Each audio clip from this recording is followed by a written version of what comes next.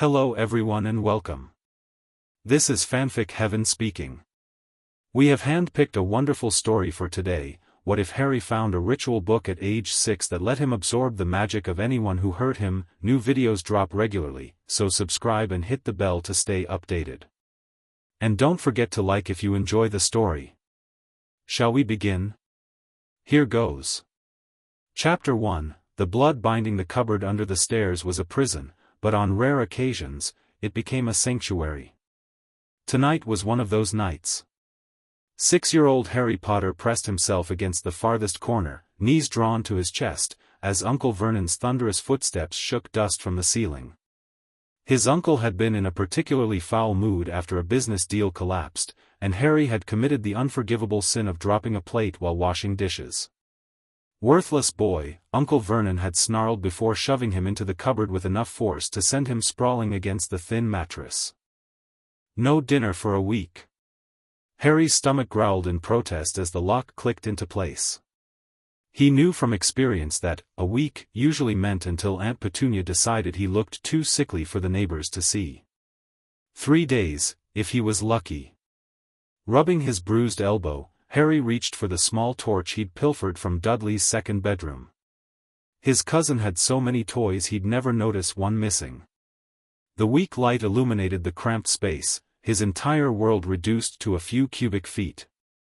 Harry's eyes drifted to the uneven floorboard beneath his cot, the one that always creaked when he stepped on it. Something about it seemed different tonight.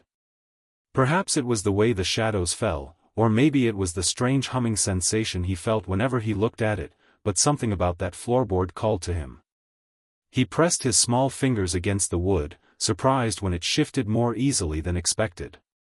The board wasn't just loose, it was concealing something. What? Harry whispered, wedging his fingers into the gap and lifting. The aged wood came away with a soft groan, revealing a hidden space beneath. Inside was a small bundle wrapped in faded velvet cloth, its deep crimson color still rich despite the clear signs of age. Harry glanced nervously at the cupboard door before carefully lifting the package. It felt heavy in his small hands, and something inside seemed to pulse with warmth, as though recognizing his touch. With trembling fingers, Harry unwrapped the velvet to reveal a leather-bound book. Its cover was unmarked except for a strange symbol embossed in the center, a triangle enclosing a circle bisected by a line. The symbol seemed to shimmer in the torchlight, and Harry felt an odd sensation, like invisible fingers brushing against his scar. "Weird," he murmured, running his hand over the cover. The leather felt unusually warm, almost alive beneath his fingertips. When he tried to open it, the book remained stubbornly shut, as though sealed by invisible clasps. Harry frowned, tugging harder. "Come on," he whispered urgently, suddenly desperate to see what was inside. The book resisted for a moment longer, then sprang open so violently that the corner caught his finger, drawing blood. Ouch! Harry jerked his hand back, watching as a drop of his blood fell onto the first page. The effect was immediate and terrifying. The crimson droplet didn't stain the parchment but seemed to sink into it, disappearing completely. Then the page began to glow with a soft golden light, illuminating strange symbols and diagrams that shifted and rearranged themselves before Harry's eyes. Words in an unfamiliar script slowly transformed into English, the letters flowing like water until they became legible: the ritual of power, transformation through sacrifice. For the wrong to claim justice, for the powerless to gain strength, for the damaged to become whole. Harry stared, transfixed, as more words appeared beneath. Blood freely given awakens the ritual. Blood taken by force completes it. The cycle begins. A strange wind swirled inside the tiny cupboard, rustling Harry's unruly hair and sending a chill down his spine. The golden light intensified, spreading from the book to envelop Harry's small form. He wanted to cry out, to call for help, but no sound escaped his lips as the light seeped into his skin, tracing glowing patterns along his arms, chest, and face before converging at his lightning bolt scar. For one breathless moment, the cupboard under the stairs was transformed into a chamber of pure magic, with Harry at its center. Then, as suddenly as it had begun, the light faded. The book closed itself gently, leaving Harry trembling in the darkness, his torch having flickered out during the strange occurrence. He sat frozen, half expecting Uncle Vernon to burst in, demanding to know what freakishness he'd been up to.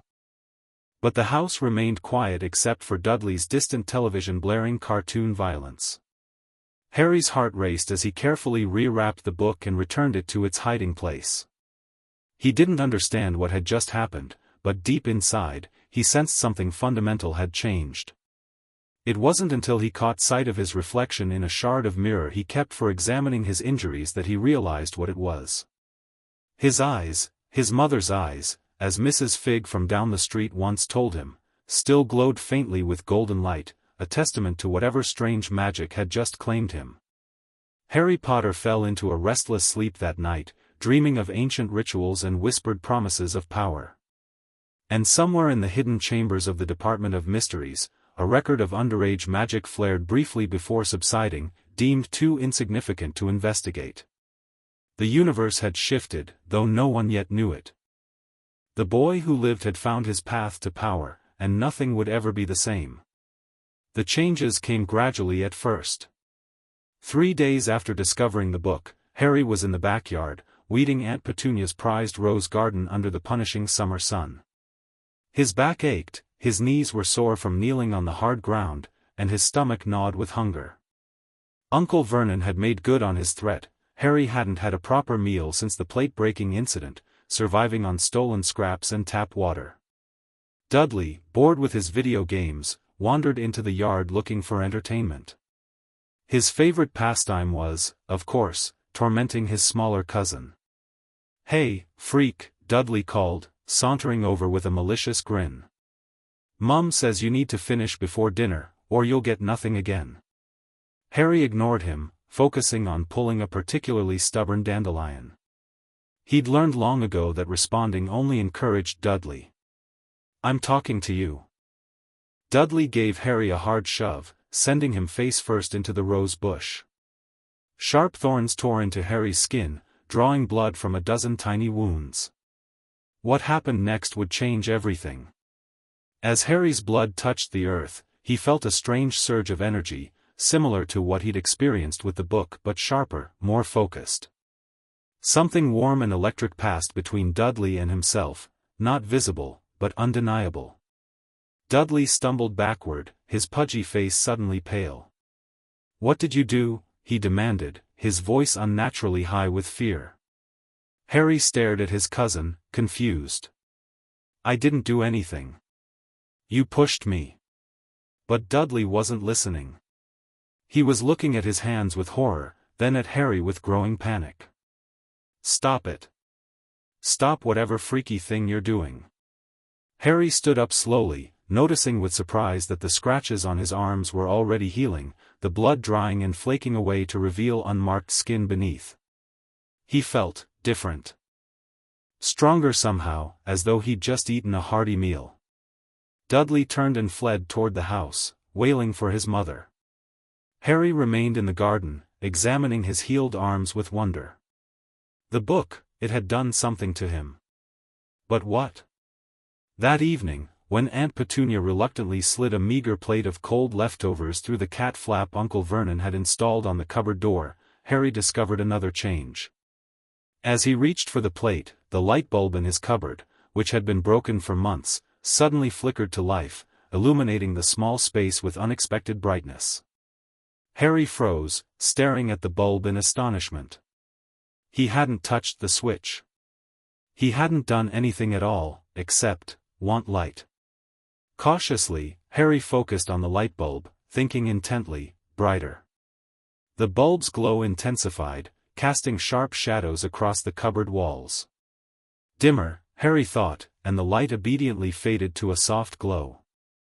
A smile spread across Harry's face, the first genuine smile in weeks. This was magic. It had to be. The strange things that sometimes happened around him, the incidents that earned him punishments and lockups, they weren't accidents. They were magic, and now he could control it. Over the next few weeks, Harry experimented with his newfound abilities in the privacy of his cupboard. He discovered he could move small objects without touching them, create tiny balls of light that hovered above his palm, and even call objects to him from across the room.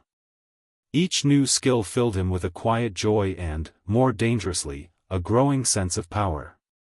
But the most significant change came after another encounter with Dudley and his gang. Harry hunting was Dudley's favorite game, played with brutal enthusiasm by him and his friends. The rules were simple: catch Harry and beat him until he could barely walk. Harry's preternatural ability to escape had always been his only defense, until now. A month after finding the book, Harry found himself cornered in the local playground by Dudley, Piers Polkiss, and two other boys whose names he didn't know. He'd been too slow today, distracted by a stray dog he'd been feeding his sandwich. "Nowhere to run now, freak," Dudley sneered, cracking his knuckles in imitation of the action heroes he worshipped. Harry backed against the concrete wall, heart hammering. "Leave me alone, Dudley." "Or what?" Piers taunted, his rat-like face twisted with anticipation. "I don't want to hurt you," Harry said quietly, surprising himself with the words.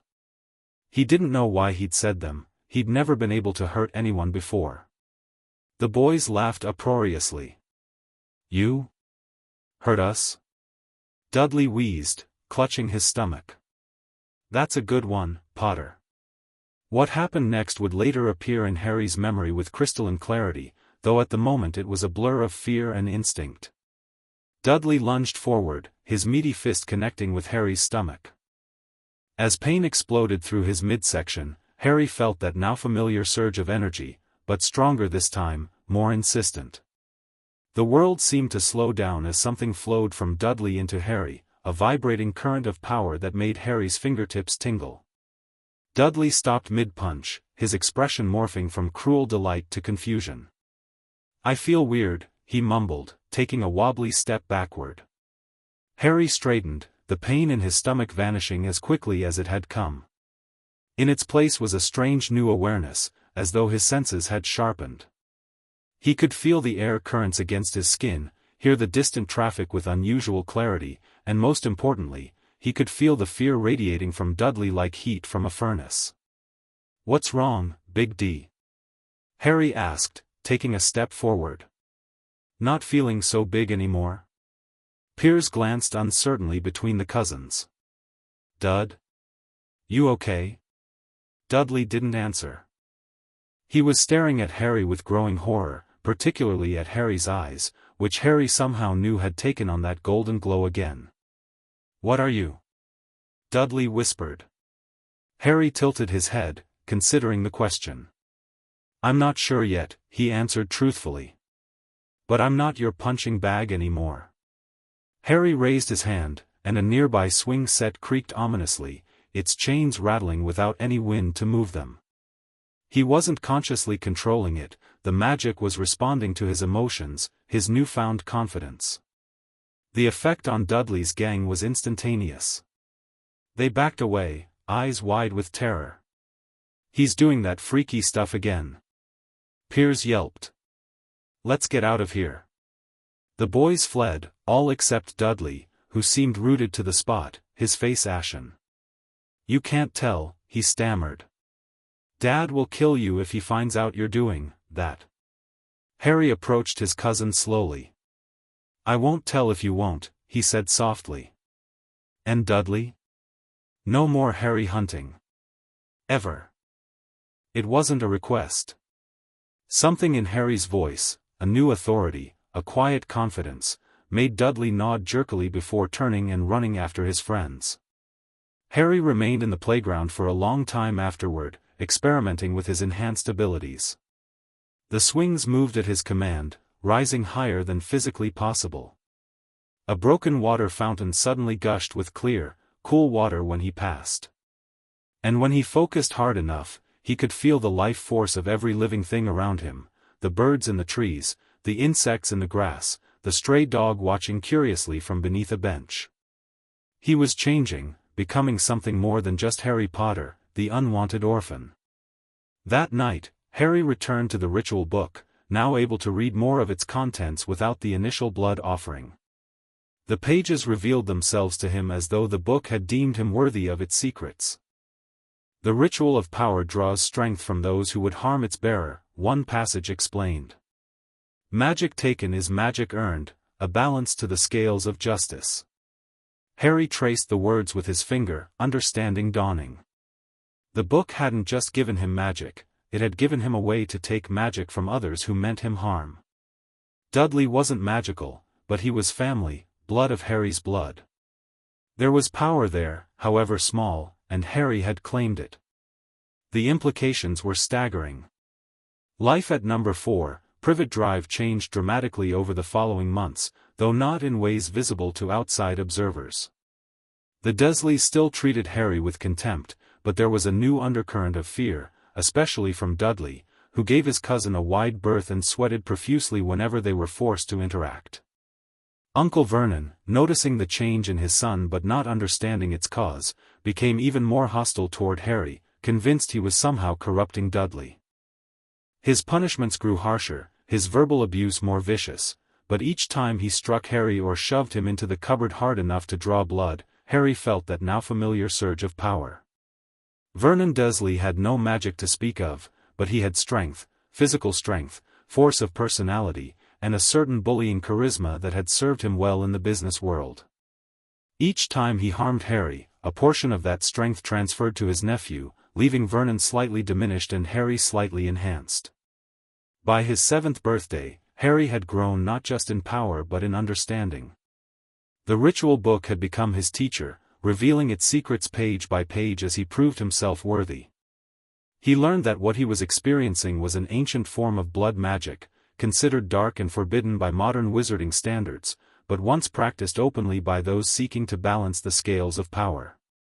The willing sacrifice of blood awakens the ritual, the book explained. But only blood taken by force completes the transfer. The wronged becomes the righter, the victim becomes the victor. It was intoxicating knowledge for a child who had known nothing but powerlessness his entire life. Harry began to understand that there was an entire magical world beyond Privet Drive, a world that had seemingly abandoned him to the Dursleys' mercies. The book hinted at great wizarding institutions, magical governments, and a complex society hidden from non-magical eyes. And somewhere in that world were the answers to the questions that had always haunted him: who were his parents, really? How had they died? And why had he been left with people who hated him? As his powers grew, so did Harry's confidence. He no longer flinched when Uncle Vernon raised his voice. He maintained eye contact when Aunt Petunia criticized him. He walked with his head high at school, untroubled by Dudley's gang, who now regarded him with superstitious fear. Teachers noticed the change, commenting on Harry's improved academic performance and more assertive demeanor. Mrs. Figg, the cat-loving neighbor who occasionally watched Harry, studied him with narrowed eyes during his visits, as though seeing him properly for the first time. "You remind me of someone," she told him once, over stale cake and weak tea. Someone powerful who never knew his own worth until it was too late. Harry had simply smiled, neither confirming nor denying anything. He was learning the value of secrets. By age 8, Harry had outgrown the cupboard under the stairs, not physically but in every other way that mattered. He knew he could force the Dursleys to give him Dudley's second bedroom, could probably compel them to treat him with something approaching decency. But knowledge from the ritual book had made him cautious. Power revealed is power diminished, it warned. The wise mage keeps his strength hidden until the moment of greatest need. So Harry bided his time, practicing in secret, growing stronger with each confrontation, each accidental injury. He learned to heal minor wounds instantly, to move through the house silently using magic to muffle his footsteps, to borrow food from the refrigerator by telekinetically opening the door while the Dursleys slept. Most importantly, he learned to mask his abilities from the rare visitors who made him feel observed. There was old Mr. Diggle from the village, who always wore a purple top hat and bowed to Harry when they passed in the street. There was the stern-faced woman with the monocle who appeared at the park on Harry's birthday each year, watching him from a distance. And most concerning of all, there was the tall, silver-bearded man who Harry had glimpsed only once, standing in the rain across from number 4, his half-moon spectacles glinting in the streetlight. These people were watching him, monitoring him for something. The ritual book suggested they might be representatives of wizarding authority, checking on his development or ensuring he wasn't breaking magical laws. The ministry watches for underage magic, the book explained, but cannot detect that which becomes part of the caster's natural signature. Absorbed power leaves no trace to track. Harry was grateful for this loophole. It meant he could continue growing stronger without detection, preparing himself for whatever awaited him in the magical world. The true test of Harry's newfound abilities came shortly after his 9th birthday, when the Dursleys were forced to take him along on Dudley's birthday trip to the zoo. Aunt Petunia's friend Mrs. Fig had broken her leg, and none of the other potential babysitters were available on short notice. "Don't try anything," Uncle Vernon growled as they drove to the zoo, his small eyes meeting Harry's in the rear-view mirror. "Not one funny business, boy, or you'll be locked in that cupboard until Christmas." Harry nodded solemnly, suppressing a smile. Uncle Vernon's threats had lost their power to frighten him long ago. Besides, he was genuinely looking forward to the zoo. He'd never been before, and the prospect of seeing exotic animals filled him with childish excitement that temporarily overshadowed his more complex feelings about his relatives. The day progressed better than expected. The Dursleys largely ignored him, allowing Harry to wander a few paces behind as they indulged Dudley's every whim. He was even given a cheap lemon ice pop when the vendor asked about him before Uncle Vernon could hurry him away. It wasn't until they reached the reptile house that things went awry. While Dudley and Uncle Vernon were attempting to wake a massive Brazilian boa constrictor by tapping forcefully on the glass, Harry found himself drawn to a smaller exhibit containing a rare black mamba. The deadly snake was coiled in the far corner of its habitat, its sleek body almost invisible against the artificial rock. "Hello," Harry whispered, not expecting a response. He'd developed a habit of talking to animals, finding them far better company than humans. To his astonishment, the snake raised its head, regarding him with unmistakable intelligence. "A speaker," it hissed, its voice somehow clear in Harry's mind despite not being audible to his ears. How unexpected. Harry glanced around quickly to ensure no one was watching, then leaned closer to the glass. "You can understand me?" he asked quietly. "Of course," the snake replied, slithering closer. "It has been many years since I met a human who spoke the noble tongue. You have the blood of serpent masters in your veins." Before Harry could respond, Dudley's shout cut through the hushed atmosphere of the reptile house. "Dad! Harry's doing something weird with this snake." Harry straightened immediately, but it was too late. Uncle Vernon was storming toward him, face purpling with rage, while curious onlookers turned to stare. "What did I tell you?" Vernon hissed, grabbing Harry's arm with bruising force. "No funny business." "I was just looking," Harry protested, aware of the snake watching the interaction with apparent interest. Uncle Vernon's grip tightened painfully. "Don't lie to me, boy. Dudley saw you hissing at it like some kind of freak." The familiar surge of energy began to flow as Vernon's fingers dug into Harry's flesh hard enough to leave marks. Harry felt his power rising in response to the threat, ready to protect him, but this time it was different, wilder, more instinctive. The glass separating the black mamba from the visitors suddenly vanished. For a moment, no one moved. The snake stared at Harry, its body tensing as it prepared to take advantage of this unexpected freedom. "Freedom, thanks to you, speaker," it hissed, uncoiling slowly. "Perhaps a demonstration of gratitude is in order." Harry's eyes widened as he realized what was about to happen. "No. Don't hurt anyone," he commanded, the words emerging as hisses rather than English. The snake paused, head tilted in apparent consideration. "As you wish, young master. But perhaps a lesson for the fat one who causes you pain?" Before Harry could respond, the black mamba shot forward with lightning speed, stopping just short of striking Uncle Vernon, who had released Harry's arm and stumbled backward with a terrified yelp. The snake reared up, hood flaring, its deadly fangs exposed in a threat display that sent visitors screaming toward the exits. "Control your creature." Uncle Vernon gasped, his face now bone-white as he backed away. Harry stepped forward, strangely calm amid the chaos. "It's not my creature," he said quietly. "But it listens to me. Leave now, and it won't follow you."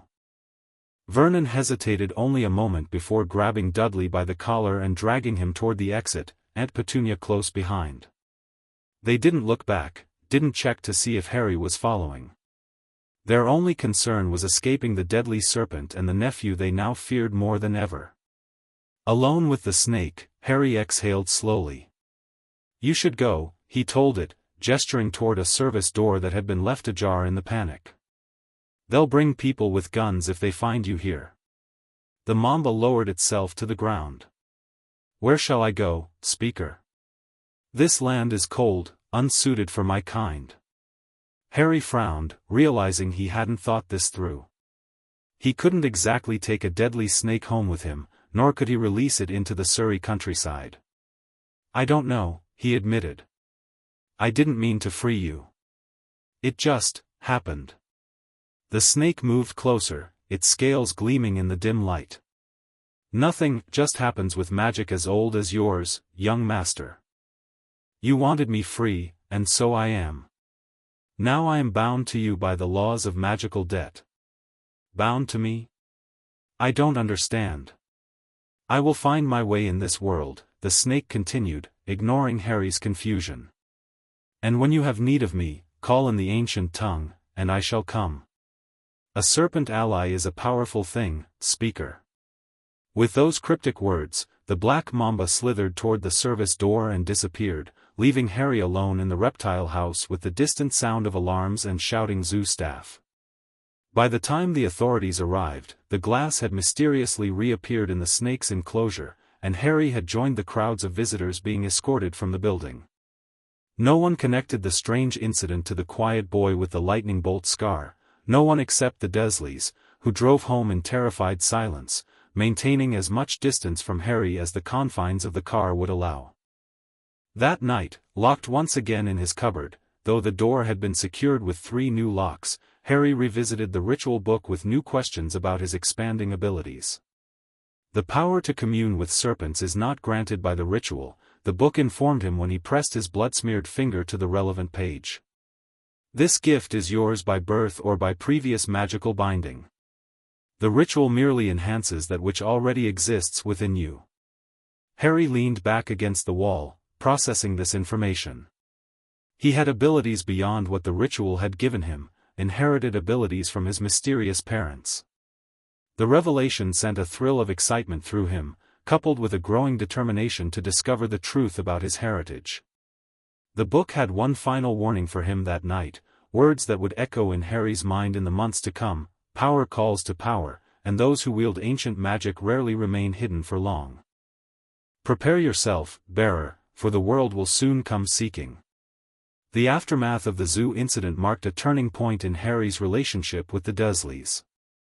They no longer hit him or shoved him, in fact, they barely touched him at all, handling necessary interactions as one might deal with an unpredictable explosive.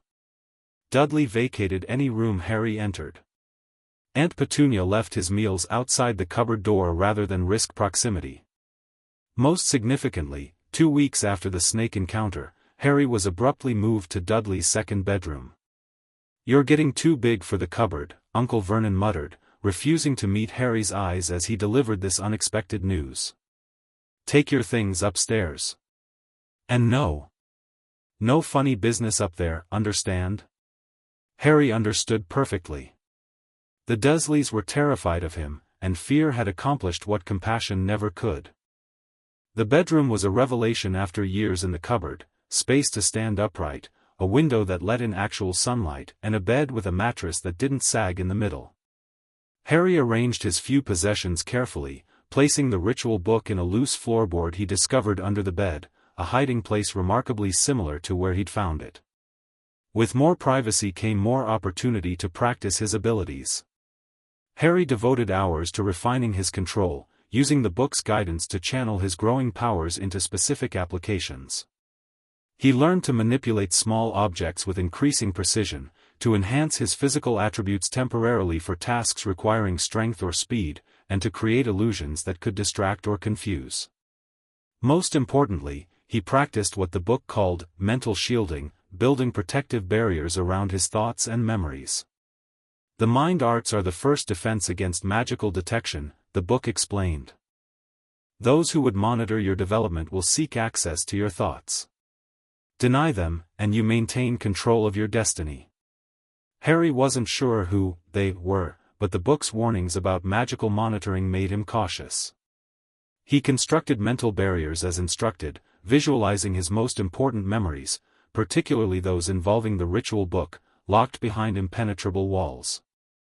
As his 10th birthday approached, Harry began experiencing strange dreams, visions of a magnificent castle perched on a cliff, of robed figures wielding wands, of a great hall filled with floating candles. Sometimes he dreamed of a high, cold laugh followed by a flash of green light, and those nights he would wake with his scar burning and the taste of copper in his mouth. The ritual book had little to offer regarding these dreams, suggesting only that they might be memories rather than fantasies, perhaps triggered by his increasing magical strength breaking through some kind of suppression. Memory charms fade with power growth, it noted. What was hidden may be revealed as the bearer's magic overwhelms foreign enchantments. This explanation rang true to Harry.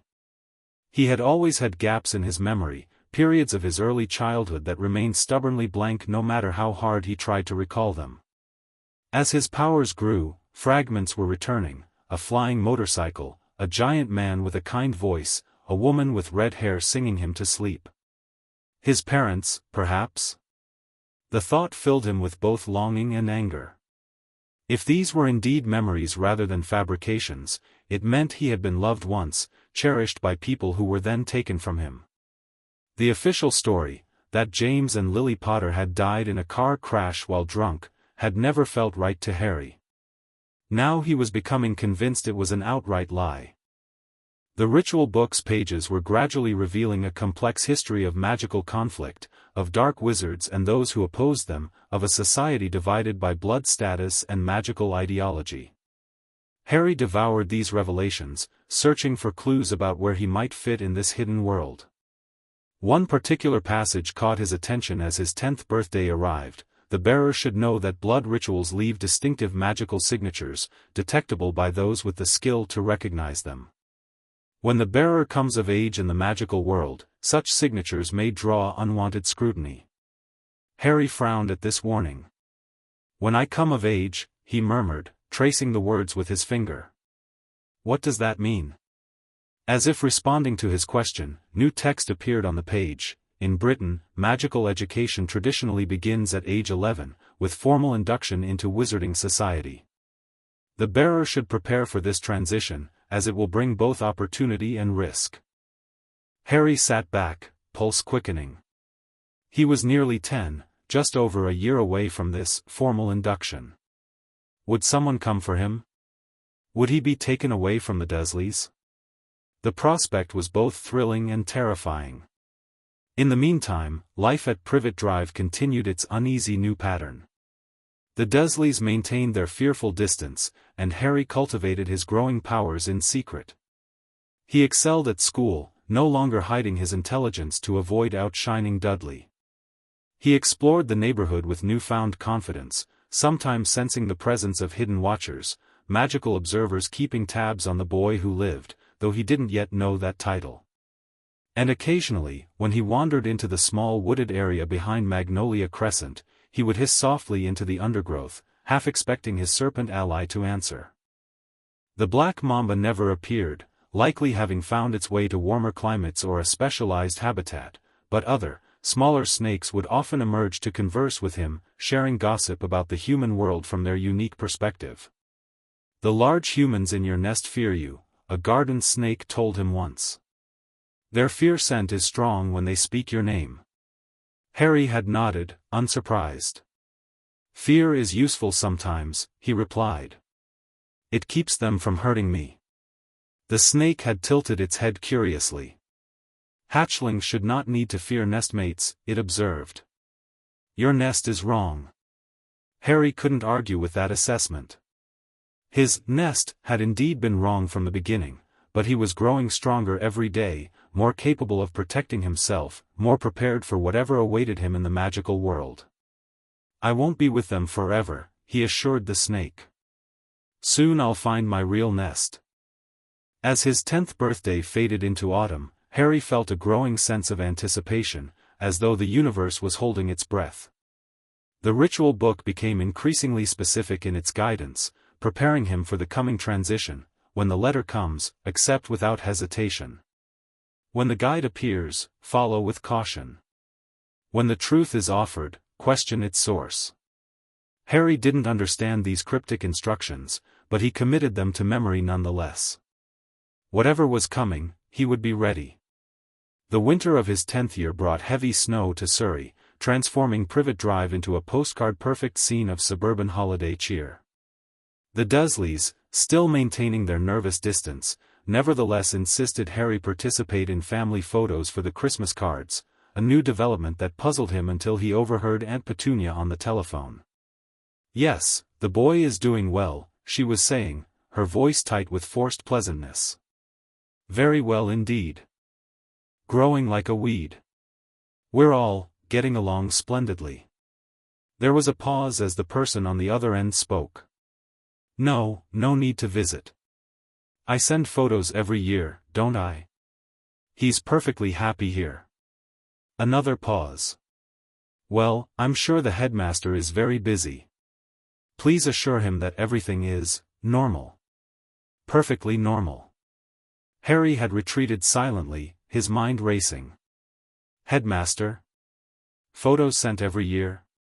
Someone was checking on him, someone connected to the magical world, someone Aunt Petunia both feared and needed to placate. That night, he consulted the ritual book again, seeking insight. The old powers monitor their investments, the book informed him.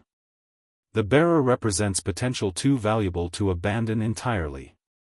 But their watching is distant, filtered through layers of enchantment and unreliable proxies. This is to your advantage. Harry processed this, understanding dawning. He was being monitored, yes, but not closely enough for anyone to know about the ritual book or his growing abilities.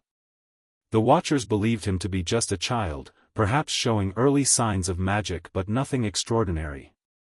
How wrong they were. As winter gave way to spring, Harry's powers continued to develop in ways the book described as unprecedented. His control over objects extended to larger items, furniture, appliances, even his cousin's new television, which had an inexplicable habit of changing channels whenever Dudley was being particularly obnoxious. His mental shield strengthened, becoming seamless barriers around his consciousness. He practiced what the book called surface thoughts, creating a layer of mundane thinking to conceal his true focus, like a mask worn over his mind. Most significantly, he discovered he could influence the emotions of those around him, subtly nudging their feelings in directions that benefited him. He used this ability sparingly, recognizing its potential for abuse, but it proved invaluable in defusing Vernon's rare attempts at reasserting dominance or redirecting Dudley's occasional surges of bravery. The boy's gone weird, he overheard Uncle Vernon telling Aunt Petunia late one night. Too quiet. Always watching. It's unnatural. Shoo. He might hear you. Petunia had hissed, fear evident in her voice. In his room, 2 floors up. Don't be ridiculous, pet. You don't understand, she'd whispered urgently. He's like her. Like my sister. But worse, somehow. I can feel it. The conversation had shifted then to mundane matters, but Harry had remained at the top of the stairs, processing this revelation. Aunt Petunia had recognized magic in him, magic similar to his mother's but worse, in some undefined way. The implication was clear, his mother had been a witch, not the worthless drunk the Dursleys had described. Another lie exposed. As his 11th birthday approached, Harry began preparing in earnest for the transition the book had predicted. He organized his few possessions, practiced controlling his magical signature to appear less powerful than he was, and reviewed everything the ritual book had taught him about wizarding customs and expectations. Appear average, the book advised. Be unremarkable in all things visible. Power concealed is power preserved. Harry took this advice to heart, developing what he thought of as his public persona, a version of himself that seemed normal, perhaps even slightly timid, revealing nothing of the confident, powerful young mage he had become.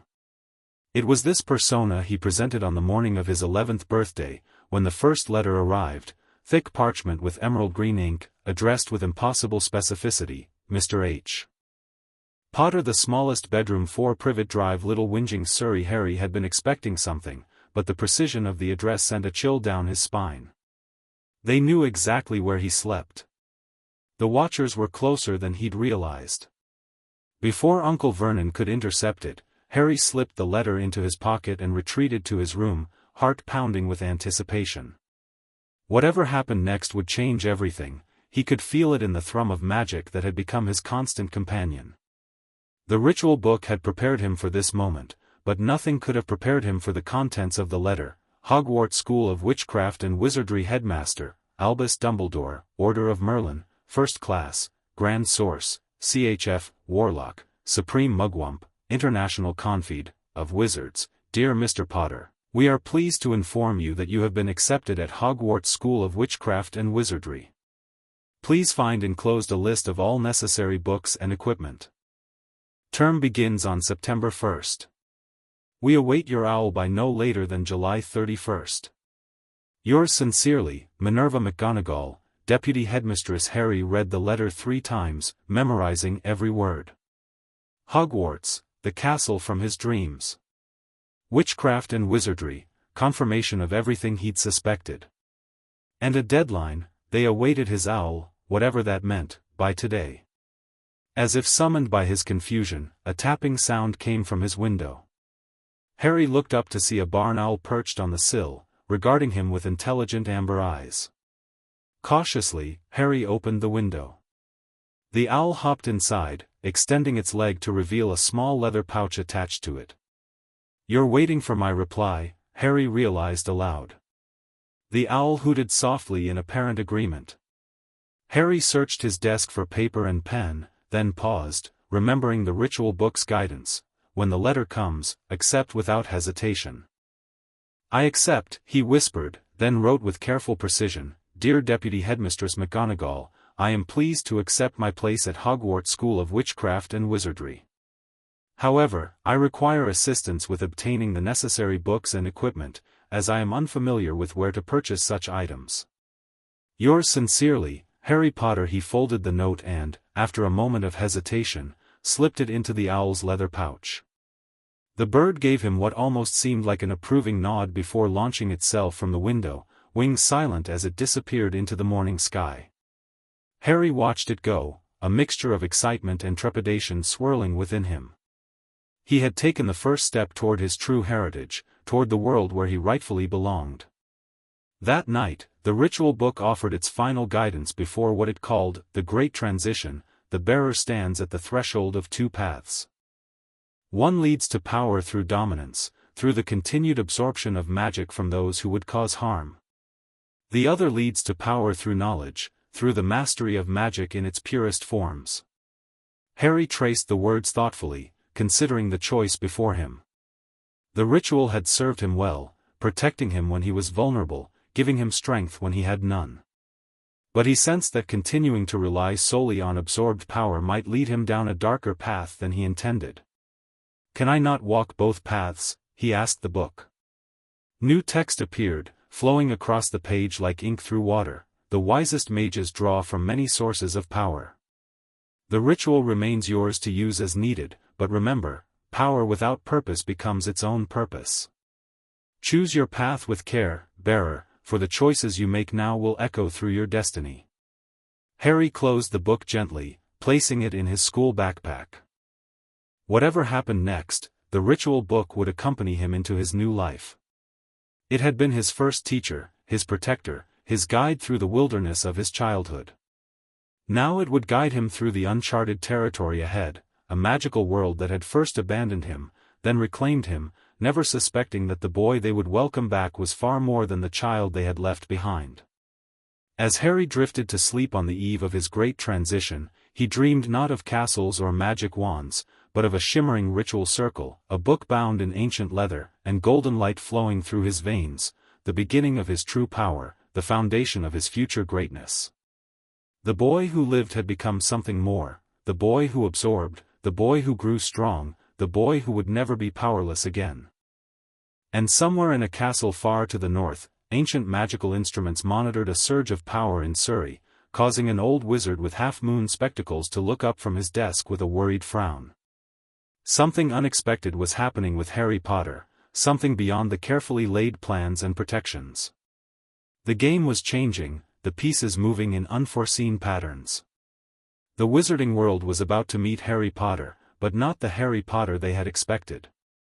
They would meet the Harry who had found the ritual book at age 6, and nothing would ever be the same again.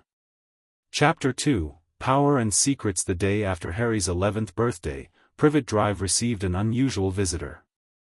At precisely 9 o'clock in the morning, a sharp knock echoed through the house.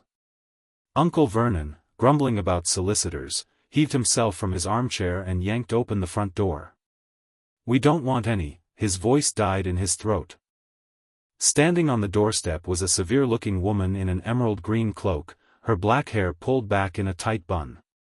Square spectacles perched on her nose, magnifying the intensity of her gaze as she regarded Vernon Dursley with barely concealed distaste. "Good morning," she said crisply. "I am Professor Minerva McGonagall, Deputy Headmistress of Hogwarts School. I believe you are expecting me." Vernon's face underwent a remarkable transformation, cycling through red, white, and finally settling on a sickly gray. "We don't, you can't," he sputtered incoherently. Harry, who had been watching from the top of the stairs, felt a strange tingle of recognition. This woman had featured in some of his returning memories, a stern voice, a rare smile, fingers gently tapping his nose as he giggled in someone's arms. Professor McGonagall's gaze shifted upward, finding Harry with unerring precision. Her expression softened momentarily. "Ah, Mr. Potter. There you are. I've come to escort you for your school supplies, as requested in your letter." Uncle Vernon whirled around, his face darkening when he spotted Harry. "You," he hissed. "You contacted these people?" Harry descended the stairs slowly, maintaining the careful facade of innocent bewilderment he had practiced. "I received a letter yesterday, sir. From Hogwarts. It said I'm a wizard." "Of course you're a wizard," McGonagall said matter-of-factly, stepping past Vernon without waiting for an invitation. "Just as your parents were a wizard and witch before you. Quite talented ones, at that." The casual confirmation of what Harry had long suspected, that his parents had been magical, sent a thrill through him. He kept his expression neutral, however, allowing only a flicker of appropriate surprise to show on his face. "My parents were magical?" he asked, infusing his voice with just the right amount of wonder and confusion. McGonagall's eyebrows rose sharply as she glanced between Harry and the Dursleys. "You haven't told him?" she demanded, her Scottish accent becoming more pronounced with indignation. "Anything at all?" Aunt Petunia had emerged from the kitchen, dish towel clutched in her bony hands. "We swore when we took him in we'd stamp out that nonsense," she said, her voice high and defensive. "We swore we'd make him normal." McGonagall's nostrils flared dangerously. "Stamp out? Lily and James Potter's son?" Her voice was deadly quiet now. "You cannot stamp out magic, Mrs. Dursley, any more than you can stamp out the tide. It is what he is." Harry watched this exchange with fascination, storing away every detail while maintaining his expression of wide-eyed innocence. Inside, his mind was racing, analyzing McGonagall's reactions, the confirmation about his parents, the hostility between the professor and his aunt. "Professor," he said softly, drawing her attention back to him. If my parents were magical, how did they really die? It wasn't a car crash, was it? The temperature in the hallway seemed to drop several degrees. McGonagall's expression shifted from anger to something more complex, sorrow mixed with caution. No, Mr. Potter, she said gently. It was not a car crash. But that is perhaps a conversation better had away from here. She glanced pointedly at the Dursleys, who seemed to shrink under her gaze. Get your things, she instructed Harry. We have much to do today. Harry nodded and hurried back upstairs, his heart hammering with anticipation. He'd prepared a small bag the night before, containing essential clothing, his meager savings from odd jobs around the neighborhood, and most importantly, the ritual book, carefully wrapped in a worn t-shirt and hidden at the bottom of the bag. When he returned downstairs, McGonagall was standing in rigid silence, apparently having refused Aunt Petunia's reluctant offer of tea. Uncle Vernon had retreated to the living room, where the sounds of the television betrayed his attempt to pretend none of this was happening. "Ready, Mr. Potter?" McGonagall asked. Harry nodded, shouldering his bag. "Yes, Professor." McGonagall turned to Aunt Petunia. "We will return this evening. I trust you will be here to receive him?" Petunia nodded jerkily, her lips pressed into a thin line. "Very well." McGonagall placed a gentle hand on Harry's shoulder, steering him toward the door. "Come along, then. We have much to discuss." As they walked down Privet Drive, Harry could feel the weight of McGonagall's scrutiny. He maintained his wide-eyed, slightly bewildered expression, asking appropriately naive questions about magic and Hogwarts. "Professor, how do wizards get around? Do you have cars?" McGonagall's lips twitched slightly. "We have various methods of transportation, Mr. Potter. Today, we shall be using the night bus, which is an experience in itself." She led him to the edge of Magnolia Crescent, then drew a slender wooden wand from within her cloak. With a precise movement, she extended it toward the road. A deafening bang split the morning air, and a violently purple triple-decker bus materialized before them. Harry allowed himself an appropriate gasp of surprise, though internally he was analyzing the magic involved, some form of spatial displacement combined with concealment charms, if the ritual book's descriptions were accurate. "Welcome to the night bus," announced a gangly young man in a purple uniform. "Emergency transport for the stranded witch or wizard. Just stick out your wand hand, step on board, and we can take you anywhere you want to go. My name is Stan Shunpike, and I will be your conductor this morning." McGonagall handed over some strange-looking coins. "London, the Leaky Cauldron." Stan's eyes widened slightly as they fell on Harry's forehead. "Blimey, is that?" "Yes," McGonagall cut him off crisply. "And we would appreciate discretion, Mr. Shunpike." They found seats on the second level, Harry choosing a spot by the window. As the bus lurched forward with impossible speed, buildings and trees leaping out of its way, McGonagall turned to him with a serious expression. "Mr. Potter, Harry. There are things you should know before we enter the wizarding world properly." Harry nodded, projecting earnest attentiveness while his mind worked several steps ahead, anticipating what she might reveal. "Your parents did not die in a car crash," she began, her voice gentle but direct. "They were murdered, by a dark wizard whose name most in our world still fear to speak. He called himself Lord Voldemort." Harry blinked, allowing a flicker of shock to cross his features. "Murdered? By a dark wizard?" McGonagall nodded gravely. "He was gathering power, followers. Your parents opposed him. They were brave, too brave, some said. On Halloween night, when you were just over a year old, he came to your home in Godric's Hollow. He killed your father first, then your mother. And then he tried to kill you." Harry's hand unconsciously rose to his lightning bolt scar. "Yes," McGonagall confirmed. "That is no ordinary scar. It's the mark of a failed killing curse. You know who tried to use the most unforgivable curse on you, a curse that had never failed before. But instead of killing you, the curse rebounded upon him. His power broke, his body destroyed. You survived what no one ever had before, Harry. That's why you're famous in our world. You're the boy who lived. Harry allowed this information to sink in, carefully measuring his reaction. The ritual book had hinted at a great conflict, at Harry's role in some pivotal event, but these details filled crucial gaps in his understanding. He was famous, a complication he hadn't fully anticipated. Why? He asked simply. Why didn't the curse kill me? McGonagall's expression softened. No one knows for certain. The headmaster, Professor Dumbledore, believes it was your mother's love, her sacrifice to save you, that created a protection the Dark Lord couldn't penetrate. Harry absorbed this, thinking of the ritual book's teachings about blood magic and sacrifice. There was more to this story, he suspected, than McGonagall was sharing, or perhaps more than she knew. Is he dead? This Voldemort?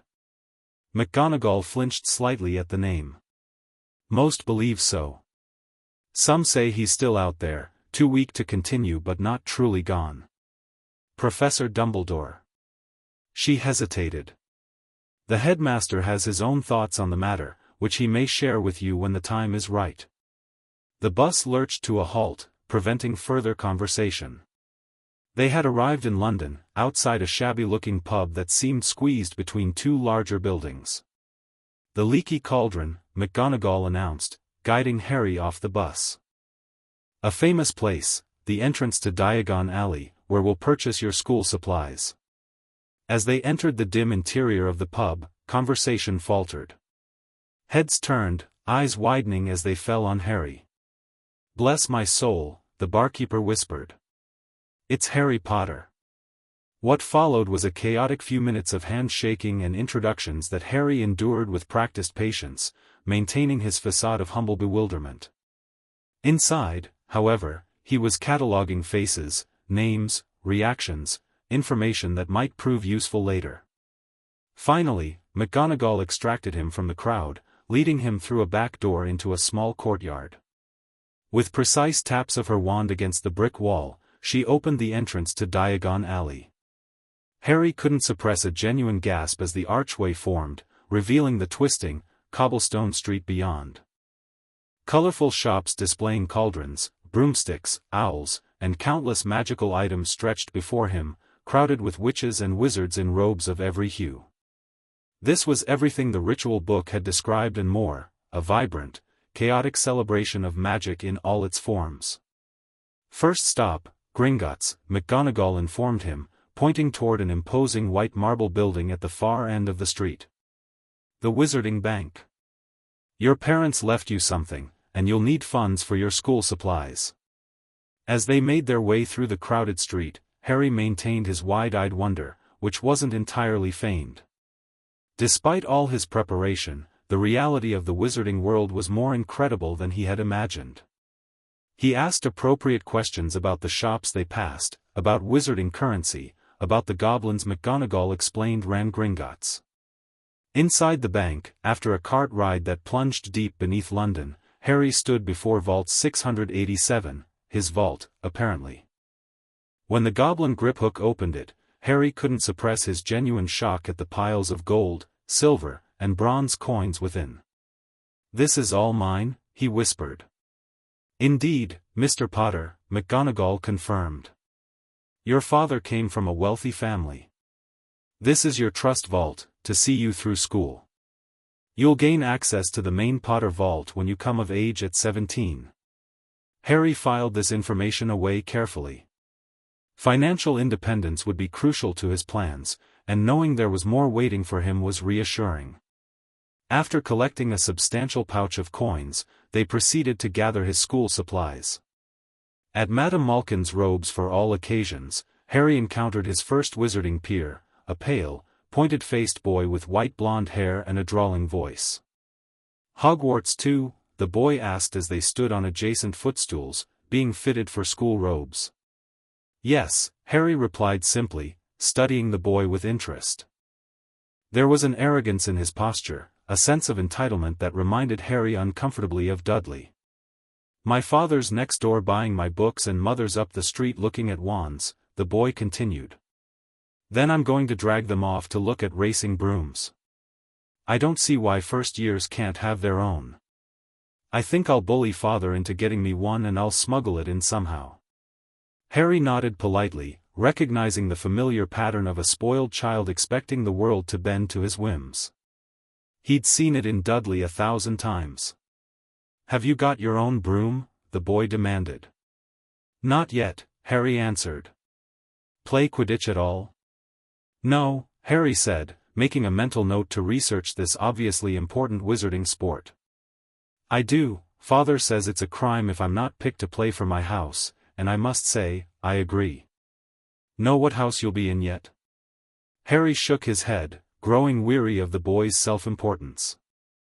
"Well, no one really knows until they get there, do they? But I know I'll be in Slytherin, all our family have been." "Imagine being in Hufflepuff. I think I'd leave, wouldn't you?" Before Harry could respond, Madame Malkin announced his robes were finished. He bid a polite goodbye to the boy, who barely acknowledged him, and rejoined Professor McGonagall outside. "Made a friend?" she inquired, noting his expression. "Not exactly," Harry replied honestly. "Who was that?" McGonagall's lips thinned. "Based on the description and attitude, I believe that was young Mr. Malfoy. His father, Lucius, is quite influential in certain circles." Her tone suggested these circles were not ones she approved of. They continued their shopping, purchasing cauldrons, potion ingredients, books, and various magical instruments. At Ollivander's, the wand-maker studied Harry with unsettling silver eyes before guiding him through a lengthy process of wand testing. When Harry finally matched with an 11-inch holly and phoenix feather wand, Ollivander revealed the curious connection: its phoenix had provided just one other feather, for the wand that had given Harry his scar. "The wand chooses the wizard, Mr. Potter," Ollivander had whispered. "I think we must expect great things from you. After all, he who must not be named did great things, terrible, yes, but great." Harry left the shop with his new wand and a growing sense of unease about his place in this world. He was famous for something he couldn't remember, connected to a dark wizard through circumstances beyond his control, and expected to somehow live up to impossible expectations. Their final stop was Elop's Owl Emporium, where McGonagall insisted on purchasing Harry a birthday present, a beautiful snowy owl that watched him with intelligent amber eyes. "Every wizard needs a familiar," she explained, softening momentarily. "And owls are particularly useful, as they carry our mail." Harry thanked her sincerely, genuinely touched by the gesture. He named the owl Hedwig, a name he'd found in one of his new history books. As the afternoon waned, McGonagall treated him to ice cream at Florian Fortescue's, where she answered many of his questions about Hogwarts, the four houses, and what to expect from his classes. She seemed pleased by his eagerness to learn, occasionally allowing a rare smile to crack her stern facade. "Your mother was much the same," she remarked. "So many questions, so eager to understand everything about our world. She was Muggle-born, you see, from a non-magical family like your aunt. But she became one of the brightest witches of her age." "And my father?" Harry asked, hungry for any information about his parents. McGonagall's expression grew more complex. "James was quite different. Pure blood, raised in our world. Exceptionally talented, mind you, but rather too aware of it for his own good. At least until his later years at Hogwarts, when he settled down considerably." Her eyes twinkled with some private memory. "You have his look about you, but your mother's eyes." Exactly her eyes. Harry absorbed these details greedily, constructing mental images of the parents he could barely remember. As evening approached, they returned to Privet Drive via the night bus. Before leaving him at the door, McGonagall handed Harry his train ticket for the Hogwarts Express.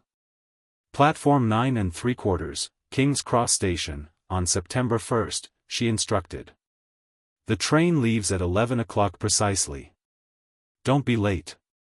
Harry looked at the ticket, then back at her with carefully calculated confusion. Platform 9 3/4? But, approach the barrier between platforms 9 and 10, then walk straight through it, McGonagall explained.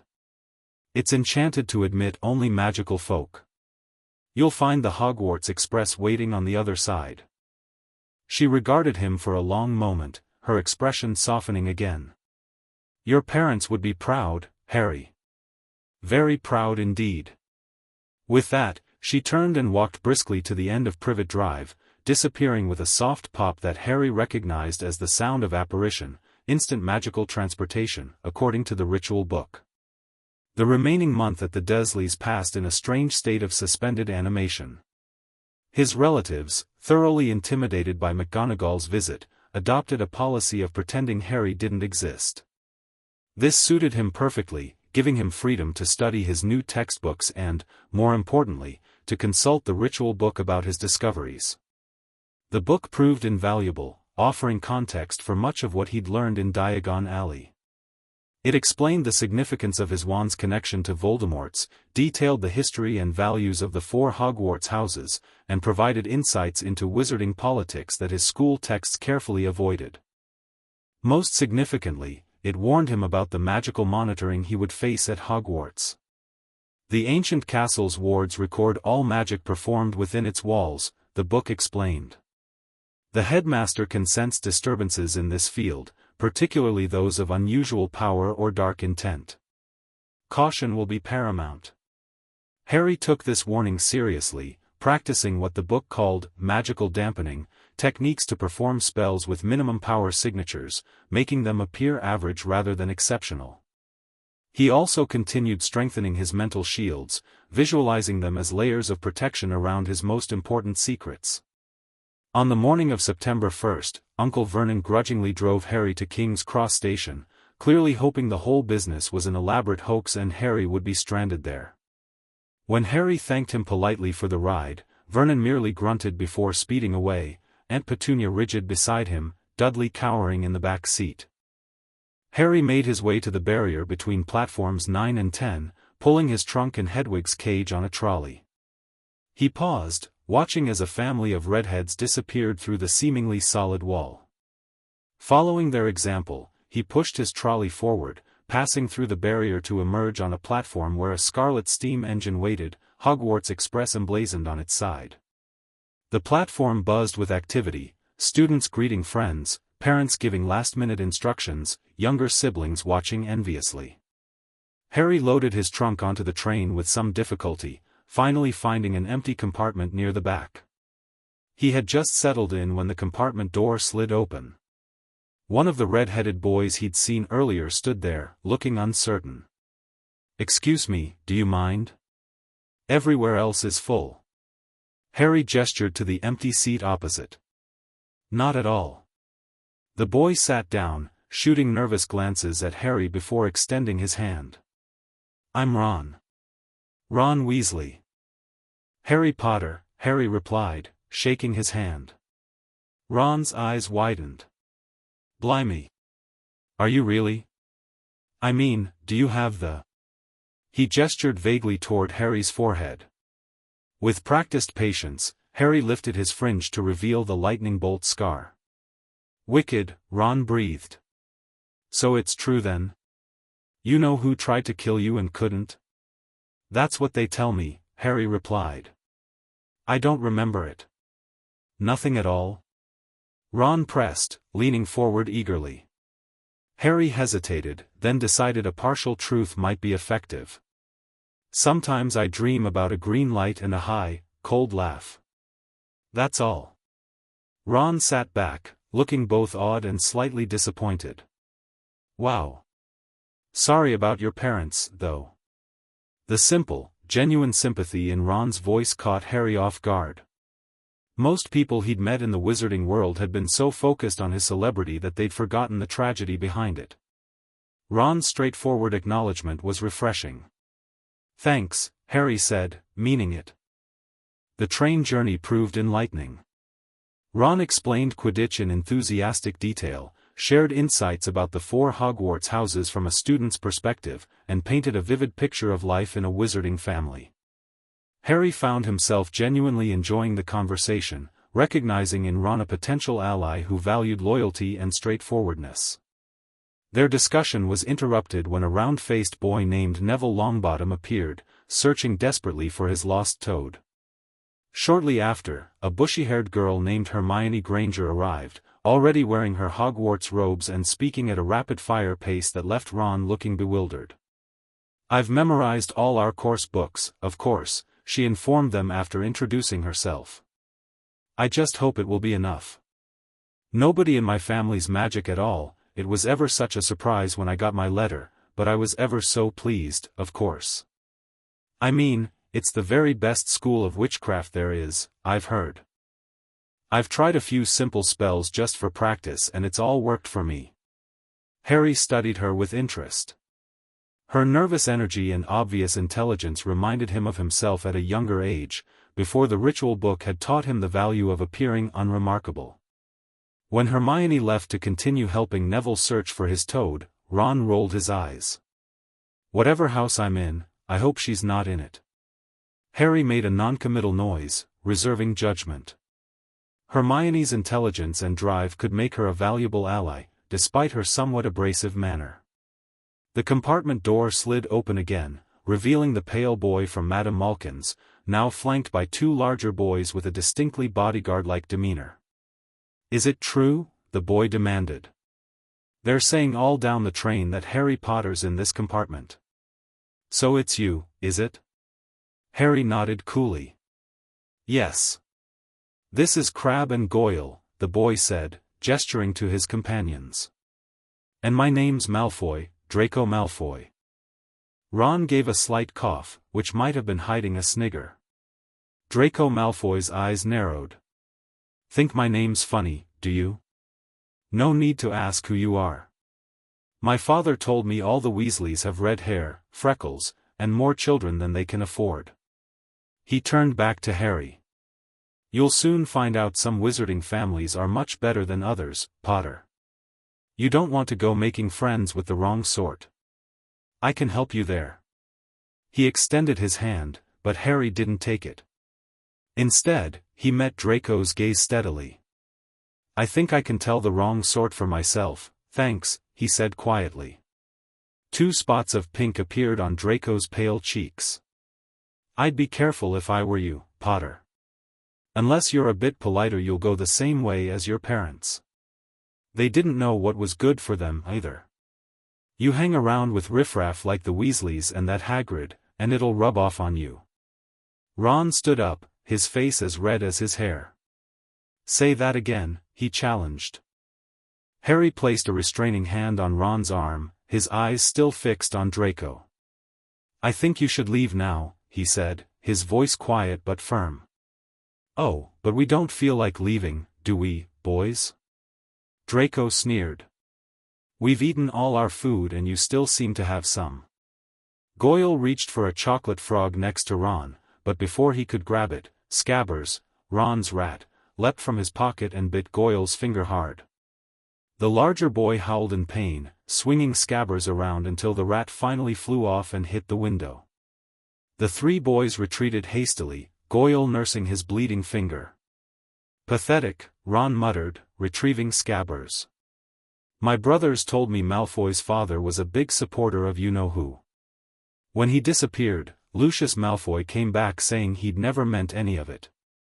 Load of dung, my dad says he was right in you-know-who's inner circle." Harry filed this information away, considering its implications. If the Malfoys had indeed been Voldemort's supporters, they represented a faction he would need to understand, perhaps even infiltrate eventually. The rest of the journey passed without incident. As darkness fell outside the windows, they changed into their school robes. Harry felt a strange combination of anticipation and wariness as the train began to slow. This was it, his official entry into the wizarding world, with all its promise and peril. Hagrid, the enormous gamekeeper, greeted the first years and led them to a fleet of small boats on the edge of a vast lake. As they rounded a bend, Hogwarts Castle came into view for the first time, its windows sparkling against the starry sky, towers and turrets rising majestically from the mountaintop. Harry felt an unexpected surge of emotion. This place featured in his returning memories, in his dreams, and now it was real, waiting to receive him. For the first time since discovering the ritual book, he allowed himself to feel the simple joy of a child coming home. The boats glided across the lake and through an ivy-covered opening in the cliff face, arriving at an underground harbor. Hagrid led them up a passageway to the castle's massive oak front door, where Professor McGonagall waited to receive them. She explained the sorting ceremony and the importance of the 4 houses before leading them into the Great Hall, an enormous room lit by thousands of floating candles, its ceiling enchanted to reflect the night sky above. 4 long tables were filled with older students, while at the top of the hall, the staff sat watching the new arrivals. Harry's gaze was immediately drawn to an old man with a long silver beard and half-moon spectacles, seated in a golden chair at the center of the high table. Albus Dumbledore, the most powerful wizard alive, according to the ritual book, and the man who had placed Harry with the Dursleys. As if sensing Harry's scrutiny, Dumbledore's eyes found his. Harry felt a gentle pressure against his mental shields, a subtle probe, testing but not forceful. Drawing on the ritual book's teachings, Harry projected innocent excitement and nervous anticipation while keeping his deeper thoughts carefully guarded. The sorting began with Professor McGonagall calling students forward alphabetically to try on the sorting hat, a tattered wizard's hat that somehow assessed each student's character and potential before announcing their house assignment. Granger, Hermione. The bushy-haired girl from the train practically ran to the stool and jammed the hat on her head. After a moment's deliberation, the hat shouted, Gryffindor.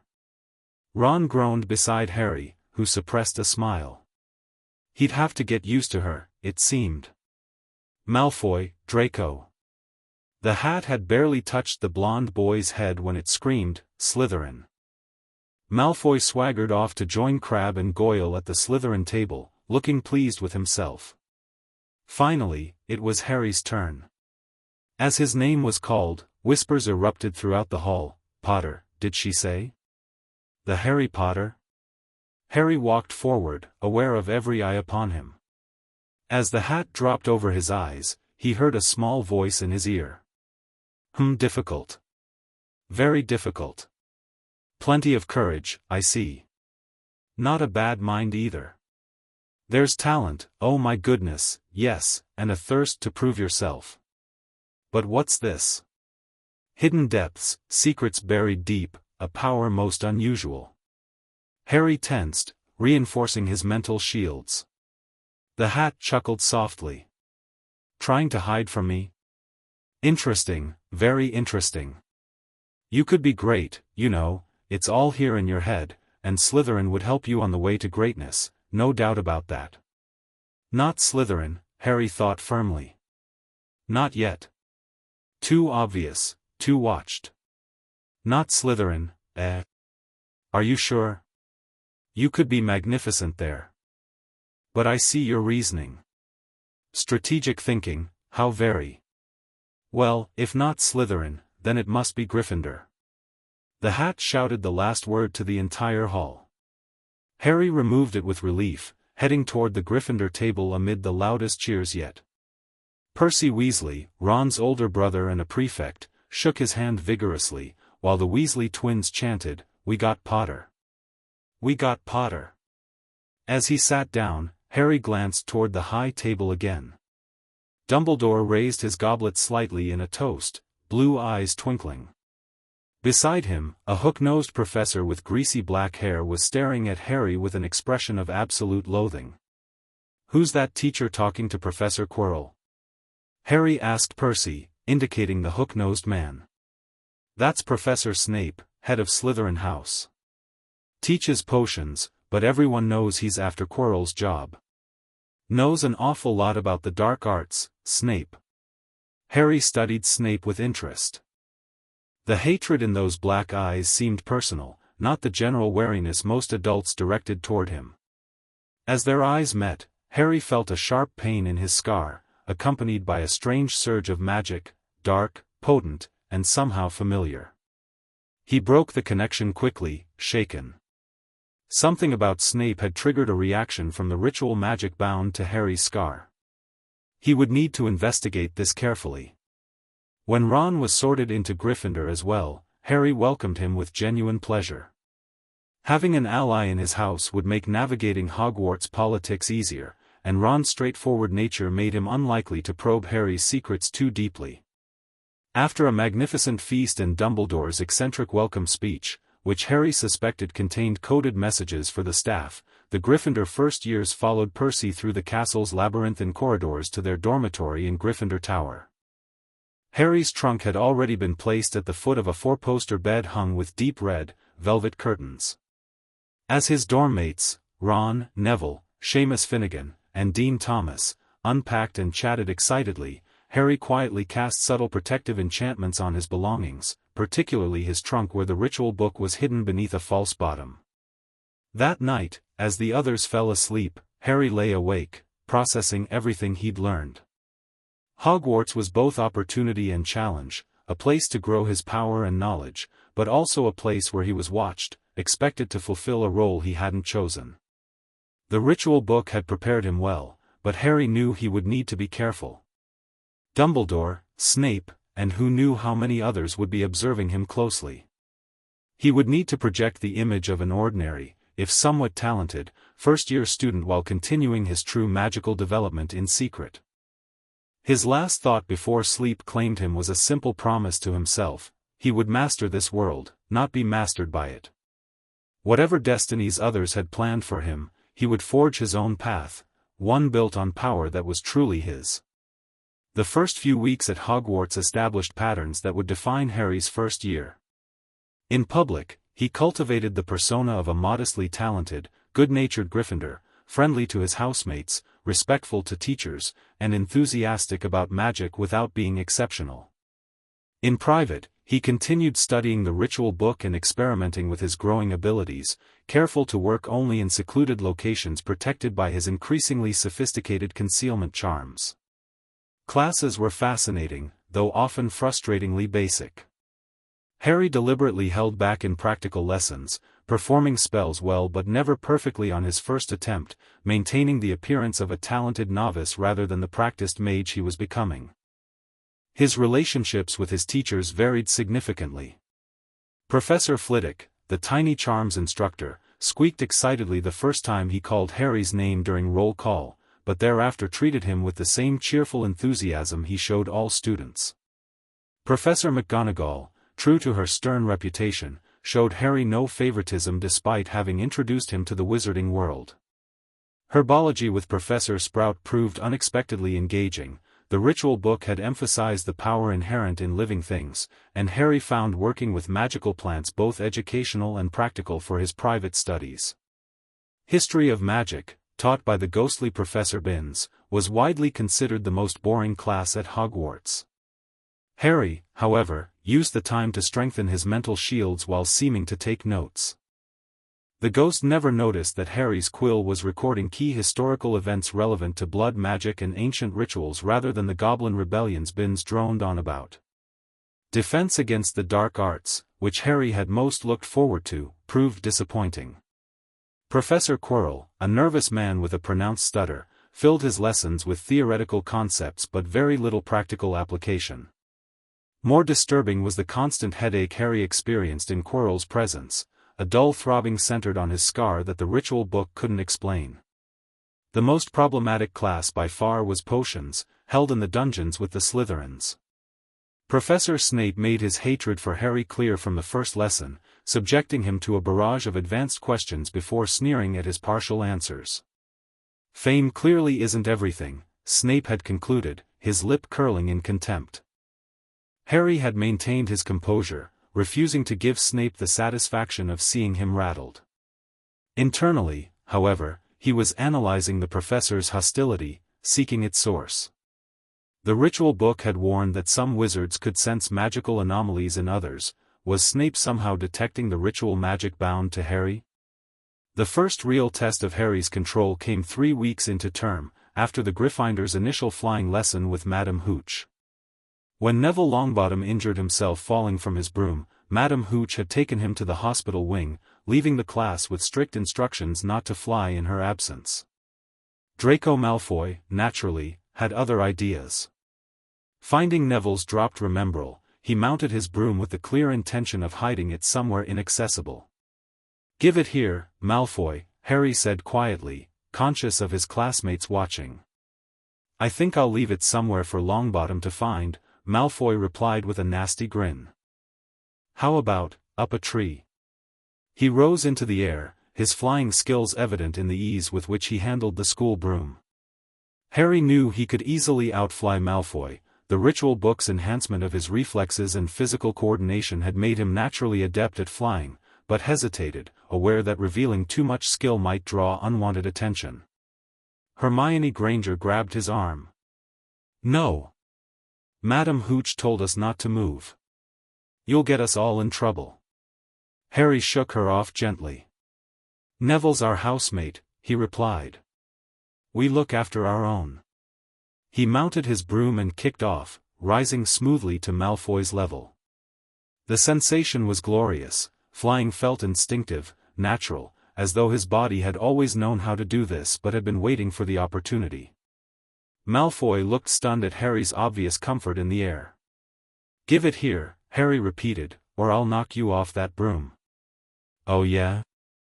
Malfoy sneered, but his voice betrayed uncertainty.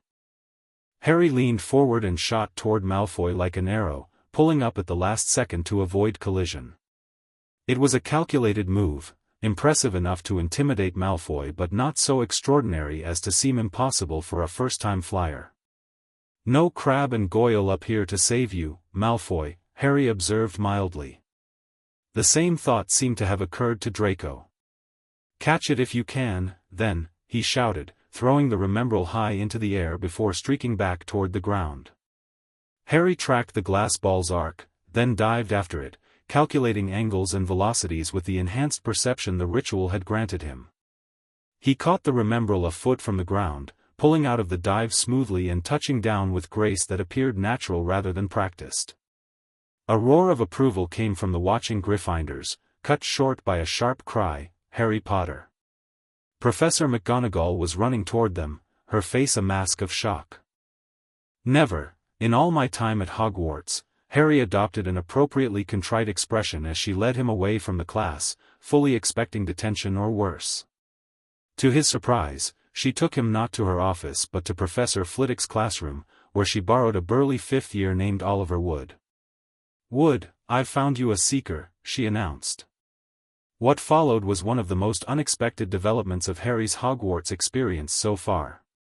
Rather than punishment, his flying display had earned him a place on the Gryffindor Quidditch team, the youngest player in a century, according to Wood's odd assessment. "You're not serious, Professor?" Wood had gasped when McGonagall described Harry's dive. "Absolutely serious. The boy's a natural. I've never seen anything like it." "Was that your first time on a broomstick, Potter?" Harry nodded, maintaining his innocent facade while inwardly considering the implications of this development. Being on the Quidditch team would raise his profile, making it harder to remain inconspicuous. On the other hand, it provided a perfect explanation for any enhanced reflexes or physical abilities he might display, attributing them to natural talent rather than ritual magic.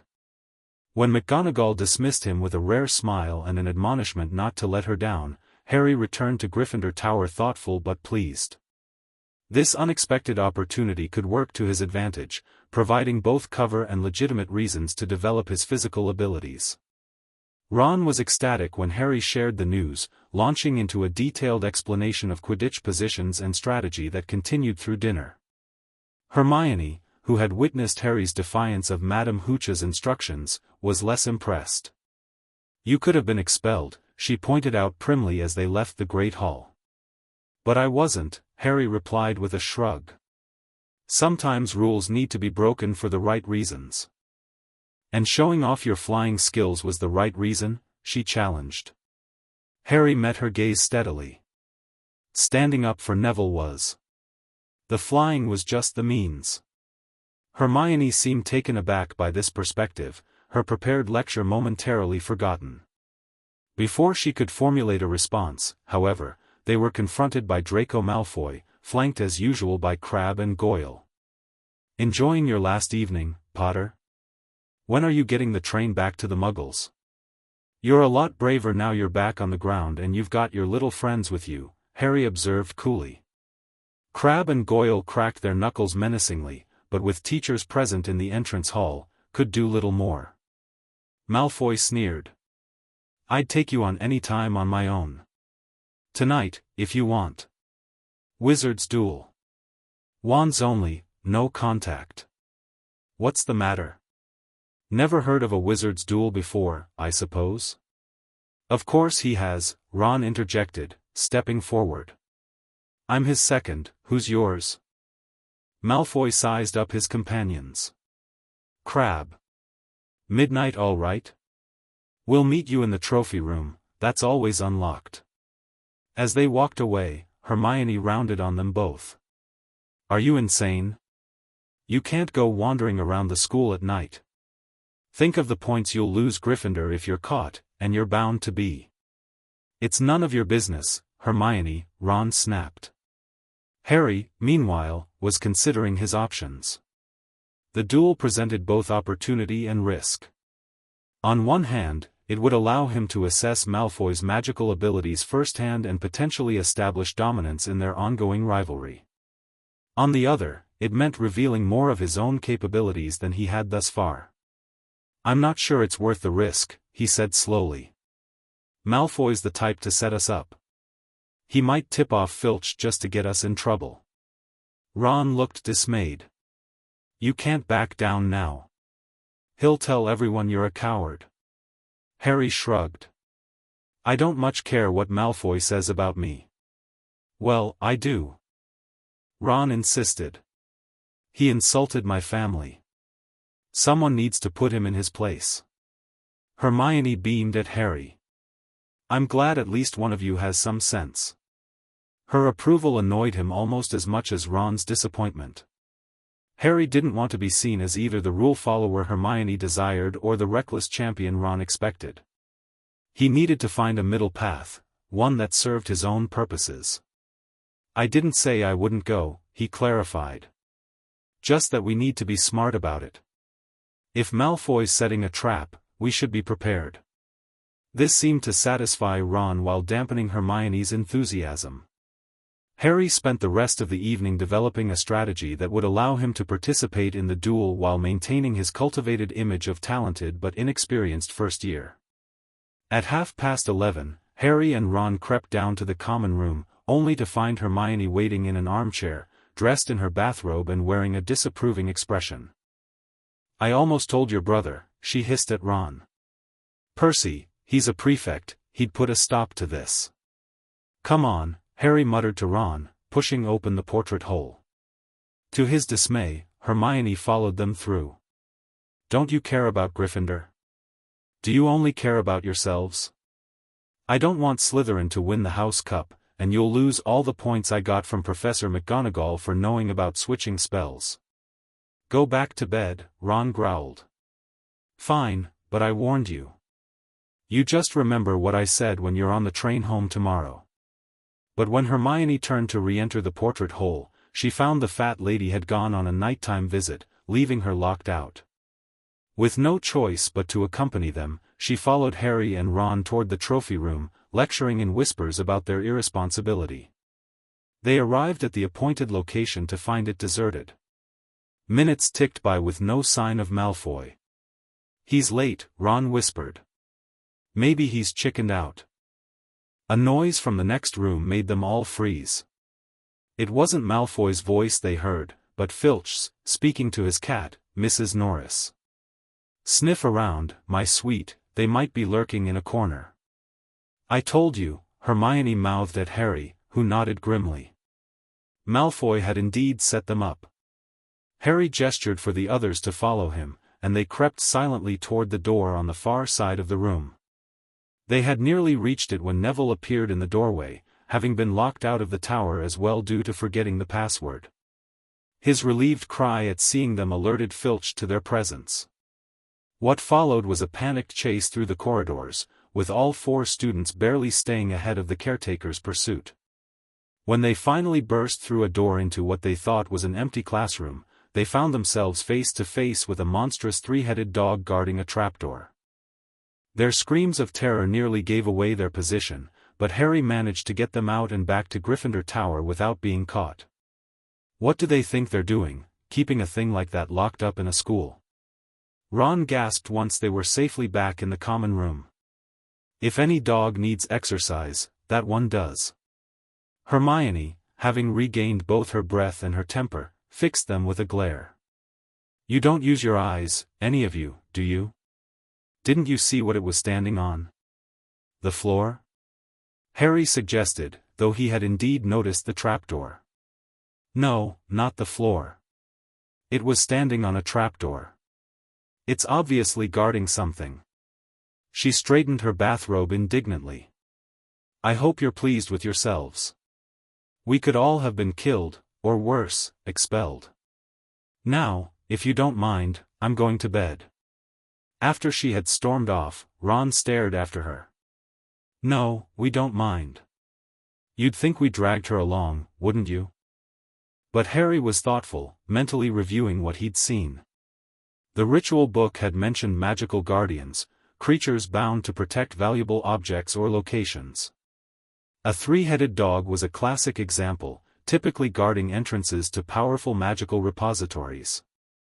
It is guarding something, he said quietly. Something important. I wonder what? Who cares? Ron yawned. Whatever it is, it's not worth getting eaten over.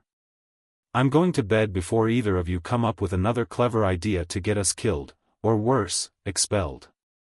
His mocking imitation of Hermione made them both laugh, breaking the tension of the night's adventure. In bed, however, Harry returned to the puzzle of the 3-headed dog. Hogwarts was supposed to be one of the safest places in the wizarding world. Why would something requiring such dramatic protection be housed in a school full of children? And who, besides Dumbledore, would have access to whatever was being guarded? The mystery provided a welcome distraction from Harry's primary concerns about maintaining his cover and continuing his magical development. Over the following weeks, he divided his time between regular classes, Quidditch practice, where Wood was driving the team relentlessly in preparation for their first match, and his private studies of the ritual book. His friendship with Ron deepened, based on shared experiences and Ron's uncomplicated loyalty. Hermione, however, remained at arm's length, her rigid adherence to rules clashing with their more flexible approach. She excelled in classes through diligent study, often answering questions before anyone else had a chance to raise their hand, which Ron found intensely irritating but Harry found potentially useful. Having access to her knowledge without having to reveal his own would be advantageous. The opportunity to change their relationship with Hermione came unexpectedly on Halloween. After Charms class, where Hermione had corrected Ron's pronunciation of Wingardium Leviosa in a particularly condescending manner, Ron had vented his frustration loudly enough for her to overhear. It's no wonder no one can stand her. She's a nightmare, honestly. Hermione had pushed past them with tears in her eyes, and didn't appear for the rest of the day's classes. During the Halloween feast that evening, Professor Quirrell burst into the Great Hall in terror, announcing that a troll was loose in the dungeons before fainting dramatically. As prefects led their houses back to dormitories amid the ensuing chaos, Harry suddenly grabbed Ron's arm. Hermione. She doesn't know about the troll. They slipped away from the Gryffindor group, intending to warn Hermione, who had been reported crying in the girls' bathroom. Instead, they found the troll had left the dungeons and was entering that very bathroom. The creature's stench reached them before its massive form appeared, 12 feet tall, granite-gray skin, a lumpy body like boulders, and a small bald head perched on top like a coconut. Harry felt a surge of the now familiar ritual energy as his body prepared for danger. Distract it, he instructed Ron. I'll get Hermione. As Ron began throwing debris to confuse the troll, Harry darted around it to reach Hermione, who was shrinking against the opposite wall in terror. Pulling her toward the door proved futile. she seemed frozen with fear. The troll advanced on Ron, who had no escape route. Without conscious thought, Harry launched himself onto the creature's back, his wand inadvertently going straight up its nose as he landed. The troll howled in pain, twisting and flailing as it tried to dislodge him. "Ron! Do something!" Harry shouted, clinging desperately to the thrashing troll. Ron raised his wand and performed the levitation charm they'd practiced that day, Wingardium Leviosa. The troll's club flew from its grasp, rising high into the air before dropping with a sickening crack onto its owner's head. The troll swayed, then fell flat on its face with a thud that made the whole room tremble. Harry got to his feet, shaking and breathing hard. He retrieved his wand from the troll's nose, grimacing at the lumpy gray snot coating it. "Is it dead?" Hermione asked in a small voice, finally approaching. "I don't think so," Harry replied, wiping his wand on the troll's trousers. "Just knocked out." A sudden slamming of doors and loud footsteps announced the arrival of Professors McGonagall, Snape, and Quirrell. McGonagall looked angrier than Harry had ever seen her, her lips white with fury as she demanded an explanation. To everyone's surprise, Hermione spoke up, "Please, Professor McGonagall, they were looking for me. I went looking for the troll because I thought I could deal with it on my own, you know, because I've read all about them." It was such an outrageous lie coming from rule-abiding Hermione that Harry nearly gaped at her. She continued, inventing a story about how Harry and Ron had saved her, sacrificing her reputation to protect them. When McGonagall had taken 5 points from Hermione for her supposed foolishness and awarded 5 each to Harry and Ron for sheer dumb luck in defeating the troll, the three of them found themselves walking back to Gryffindor Tower together, now united by the kind of experience that forges lasting friendships. "Thanks," Ron muttered to Hermione as they reached the portrait hole. Hermione smiled shyly. "Well, you did knock out a 12-foot mountain troll for me." From that moment on, Hermione Granger became their friend. Some bonds, Harry reflected as they entered the common room, were formed in ways no one could predict. Having someone as intelligent and detail-oriented as Hermione on his side could prove invaluable, provided he could maintain the necessary secrecy about his true abilities. What Harry hadn't noticed during the troll encounter was the fresh blood staining Professor Snape's robes, blood from a bite on his leg, delivered by the three-headed dog as he checked whether someone had used the troll distraction to attempt access to whatever was being guarded. It wasn't until Harry's first Quidditch match that this detail came to light, when Hermione, convinced Snape was jinxing Harry's broom during the game, set fire to his robes in the stands. In the chaos that followed, she glimpsed his injured leg and drew her own conclusions. That's why he was limping. He tried to get past that three-headed dog at Halloween. That's where he was going when we saw him, he's after whatever it's guarding. Harry listened to her theory with interest, though privately he doubted Snape was the primary threat. The real mystery was why his broomstick had bucked so violently during the match, nearly throwing him off several hundred feet above the ground. He'd managed to regain control after Hermione's distraction, ultimately catching the snitch in a spectacular fashion, by nearly swallowing it after a dangerous dive, but the incident had left him shaken. The ritual book had warned about magical interference with objects bound to him, suggesting that someone with significant power had been targeting him specifically. But who? And why?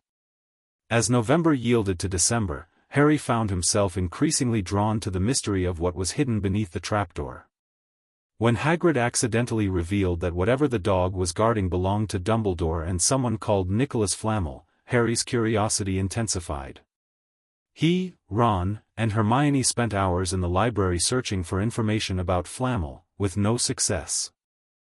Meanwhile, Harry continued his private studies of the ritual book, which had recently revealed new information about magical absorption techniques. Direct confrontation is not the only path to power transfer, the book explained. When an opponent casts magic against the bearer with harmful intent, a portion of that power can be absorbed without physical contact. The key lies in redirecting rather than blocking, accepting the energy but changing its course. Harry practiced this technique diligently, though opportunities were limited. The only student who regularly attempted to hex him was Draco Malfoy, whose spells were typically simple enough that Harry could redirect them with minimal effort. It wasn't until the Christmas holidays, however, that Harry experienced his first significant magical absorption since arriving at Hogwarts. Most students had gone home for Christmas, leaving Harry, the Weasleys, and a handful of others at the castle. On Christmas morning, Harry was surprised to receive actual presents, his first ever. Ron had given him chocolate frogs, Hermione a box of sweets, Hagrid a hand-carved wooden flute, and Mrs. Weasley a hand-knitted sweater and homemade fudge. The most intriguing gift, however, was an anonymous package containing a fluid, silvery gray cloak.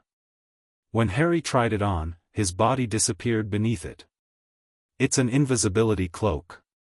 Ron gasped. "They're really rare and really valuable. Who sent it to you?"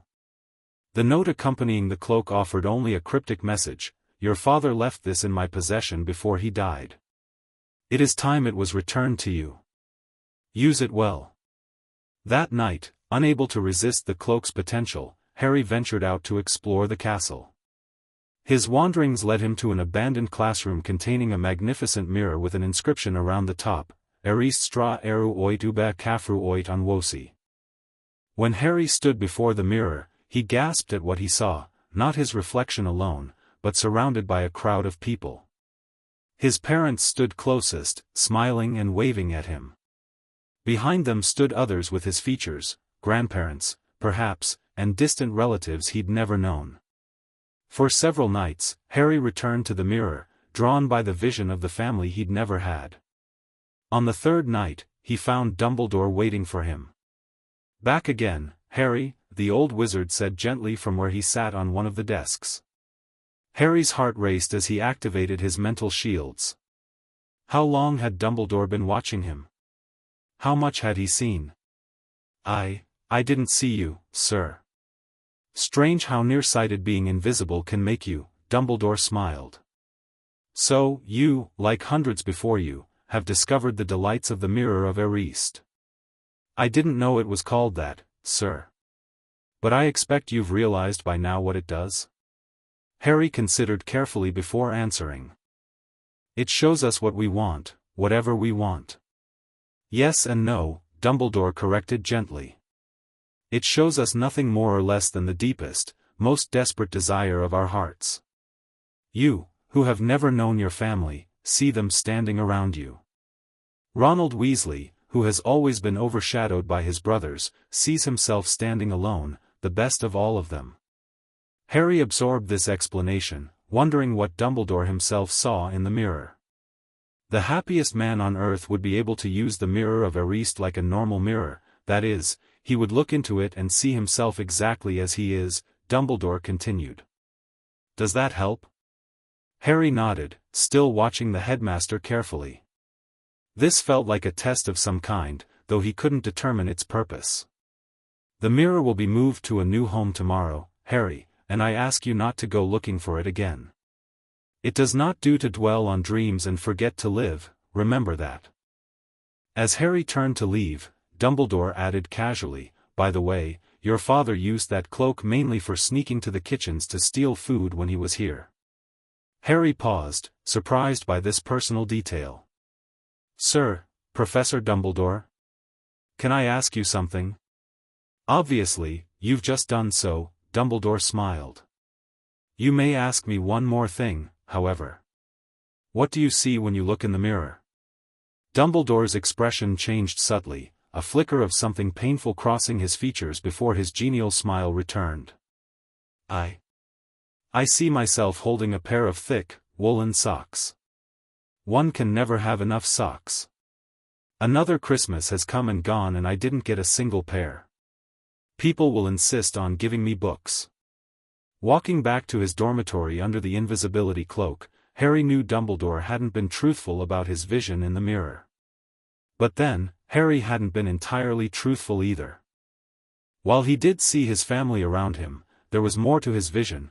In his reflection's hand was the ritual book, open and glowing with power, and his reflection's eyes shone with that same golden light they had when he first performed the ritual years ago. His deepest desire wasn't just family, it was power and knowledge enough to protect that family, to never be vulnerable again. The encounter with Dumbledore left Harry uneasy. The headmaster's casual knowledge of his invisibility excursions and his cryptic comments about Harry's father suggested he was under closer observation than he'd realized. He would need to be even more cautious in his private activities. When classes resumed after the holidays, Harry focused on maintaining his carefully crafted persona while continuing his research into Nicholas Flamel with Ron and Hermione. It was Neville, ironically, who provided the breakthrough when he gave Harry a chocolate frog card featuring Dumbledore, which mentioned the headmaster's work on alchemy with Nicholas Flamel. "I've found him," Harry whispered to his friends in the common room. "I've found Flamel." Hermione dashed upstairs and returned with an enormous book. "I checked this out of the library weeks ago for a bit of light reading." "Light?" Ron muttered, but fell silent at her glare. Flipping through the pages, Hermione finally found what they were looking for. Here it is. Nicholas Flamel is the only known maker of the Philosopher's Stone. The Philosopher's Stone, a legendary substance with astonishing powers, capable of transforming any metal into pure gold and producing the elixir of life, which would make the drinker immortal. Flamel, who had recently celebrated his 665th birthday, was living quietly in Devon with his wife, Perenelle. "That's what the dog's guarding," Hermione whispered excitedly. "The Philosopher's Stone." The revelation was significant, but Harry found himself more interested in the magical principles behind the stone than in its current whereabouts. The ritual book had mentioned legendary artifacts of transformation, suggesting they operated on principles similar to the ritual itself, the transference and transformation of fundamental magical energy. As winter melted into spring, Harry divided his attention between classes, Quidditch, where Gryffindor's chances for the House Cup were improving with each victory, and his private studies. The latter had recently expanded to include not just the ritual book but also restricted texts he accessed using his invisibility cloak, books on advanced magical theory and ancient practices that might help him understand the full scope of his abilities. His opportunity to test those abilities came unexpectedly one evening as he returned from the library under his invisibility cloak. Hearing voices from an unused classroom, he paused to listen. Professor Quirrell was sobbing, apparently being threatened by another person Harry couldn't see. "No, please, not again." "Very well," came another voice from the same location, a cold, high voice that sent shivers down Harry's spine. "We'll continue this discussion soon, when you've had time to reconsider where your loyalties lie." Quirrell hurried from the classroom moments later, straightening his turban with trembling hands. No one else emerged. Harry, puzzled and disturbed by what he'd overheard, continued to Gryffindor Tower with new questions forming in his mind. The most significant test of Harry's growing abilities, however, came during a confrontation with Malfoy outside the castle. The Slytherin boy, still bitter about Gryffindor's Quidditch successes, had escalated his campaign of harassment against Harry and his friends.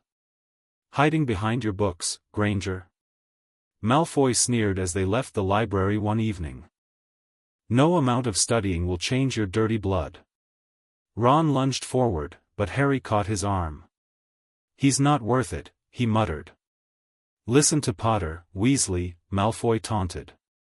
"Though I'm surprised he associates with her kind at all. Your mother was one too, wasn't she, Potter?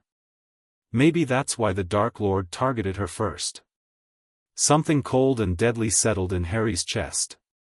"What did you say about my mother?" Malfoy smirked, emboldened by Crabbe and Goyle's presence behind him. "Just that some say she begged for mercy before the Dark Lord killed her." On her knees like a proper mudbull, he never finished the slur. Harry moved with unnatural speed, crossing the distance between them before Malfoy could react. His hand closed around the Slytherin's throat, not squeezing but holding firm, his eyes locked on Malfoy's widening ones. "Never speak of my mother again," Harry whispered, his voice eerily calm. Malfoy reached for his wand, panic evident in his face. "Furnunculus!" he choked out, jabbing his wand at Harry's chest. The spell, designed to cover its target in painful boils, hit Harry directly, but instead of taking effect, it seemed to shimmer around him before being absorbed into his skin.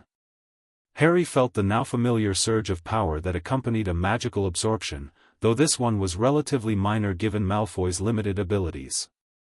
What happened next was not planned. The absorbed magic, combined with Harry's genuine anger, manifested in a surge of power that flowed back through his hand into Malfoy. The Slytherin's eyes widened in terror as boils, the very ones his spell had intended for Harry, erupted across his own skin. Harry released him immediately, stepping back in surprise. He hadn't consciously redirected the spell, merely absorbed it as the ritual book had taught him. This automatic reflection was new, and potentially dangerous in its visibility. Malfoy stumbled backward, howling in pain as the boils spread across his face and hands. "What did you do to me?" he screamed, drawing the attention of students and staff nearby. "I didn't do anything," Harry said loudly, adopting a bewildered expression. His spell backfired somehow. Professor McGonagall arrived moments later, taking in the scene with narrowed eyes. "What is the meaning of this?"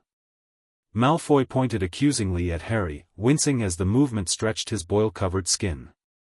"Potter attacked me. He used some kind of dark magic." "I didn't cast any spells, Professor," Harry protested truthfully. "Malfoy tried to hex me after saying things about my mother. His spell must have rebounded." McGonagall looked skeptical but noted the absence of Harry's wand in his hand. "Mr. Weasley, Miss Granger, did either of you see Mr. Potter cast a spell?" Both shook their heads. "Harry didn't even draw his wand, Professor," Hermione confirmed.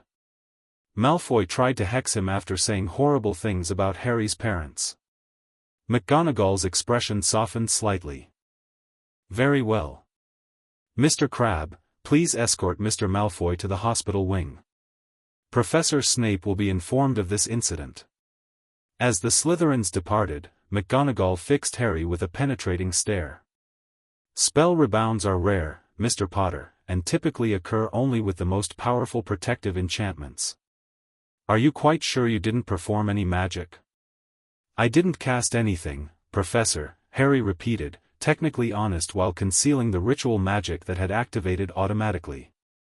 McGonagall studied him for a long moment before nodding curtly. "Very well. Back to your common room, all of you." As they walked away, Ron was practically bouncing with excitement. "That was brilliant. Did you see his face?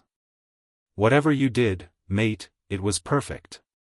"I didn't do anything," Harry insisted, aware that Hermione was watching him with calculating eyes. "At least, nothing conscious. It just happened." "Accidental magic," Hermione mused. "But that's unusual for someone our age, especially in a defensive context." Her expression suggested she wasn't entirely convinced but was willing to accept the explanation for now. Harry changed the subject quickly, but later that night, he consulted the ritual book about what had occurred. The book's explanation was both enlightening and concerning. As the bearer's power grows, absorption may lead to automatic redistribution when the intent to harm is particularly strong. This is a natural evolution of the ritual's protective function but requires careful control to avoid detection.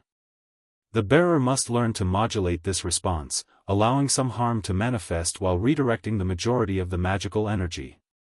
In other words, Harry would need to deliberately accept some portion of future attacks to avoid suspicion.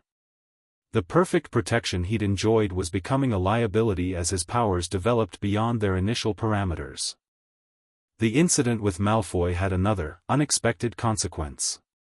Word spread quickly through Hogwarts about the Slytherin spell backfiring in spectacular fashion. While some attributed it to Malfoy's magical incompetence, others speculated about Harry's possible involvement, adding to the growing mythology surrounding the boy who lived.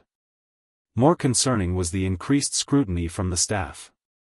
Harry noticed Snape watching him with even greater suspicion during potions classes, while Dumbledore's twinkling gaze found him more frequently at mealtimes.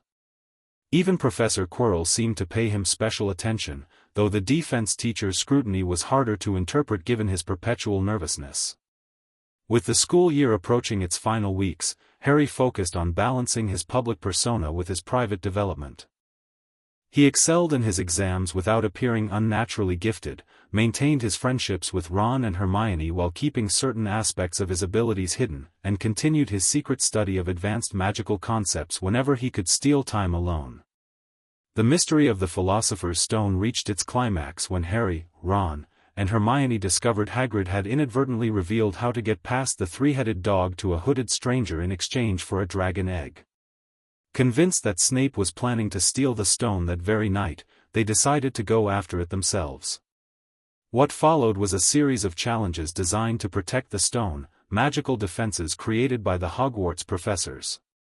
Hermione's logic solved Snape's potion riddle, allowing Harry to proceed alone to the final chamber while she returned to help an injured Ron.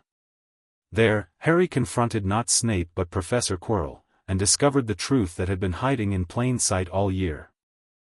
Quirrell's turban concealed a second face, a terrible, snake-like visage that Harry recognized instinctively, Lord Voldemort, existing as a parasite on his willing servant. "Harry Potter," the high, cold voice hissed. "See what I have become? Mere shadow and vapor, forced to share another's body. But there have always been those willing to let me into their hearts and minds.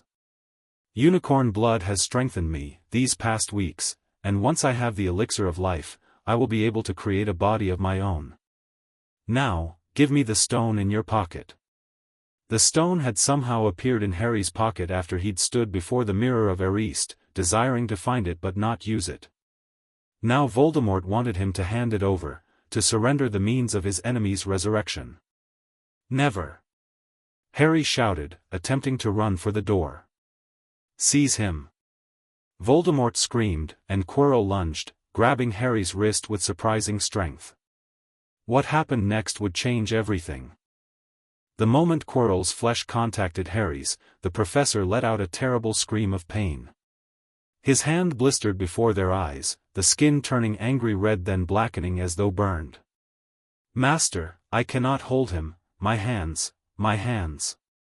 "Then kill him, fool, and be done," Voldemort screeched. Quirrell raised his wand to cast a deadly curse, but Harry, acting on instinct, lunged forward and pressed his hands to the professor's face. As Quirrell screamed in agony, Harry felt the most powerful surge of magical absorption he had ever experienced. Voldemort's magic, dark, ancient, and immensely powerful, flowed into Harry through the connection. It was not just Quirrell's relatively minor magical core being absorbed, but fragments of Voldemort's own considerable power. The sensation was overwhelming, both exhilarating and terrifying in its intensity. Harry's scar burned white-hot as the ritual magic bound to it interacted with Voldemort's essence. Golden light erupted from Harry's hands, spreading across Quirrell's body as the man thrashed and screamed. Behind him, Voldemort's spectral face contorted in shock and fury. "What is this magic?" the dark wizard hissed. "What have you done, boy?" Harry couldn't answer, couldn't even think clearly as the massive influx of power threatened to overwhelm him. His vision blurred, the golden light expanding to fill the chamber as Quirrell crumbled to ash beneath his touch. The last thing Harry heard before consciousness left him was Voldemort's inhuman scream of rage and something that sounded almost like fear. When Harry awoke in the hospital wing 3 days later, Dumbledore was sitting beside his bed.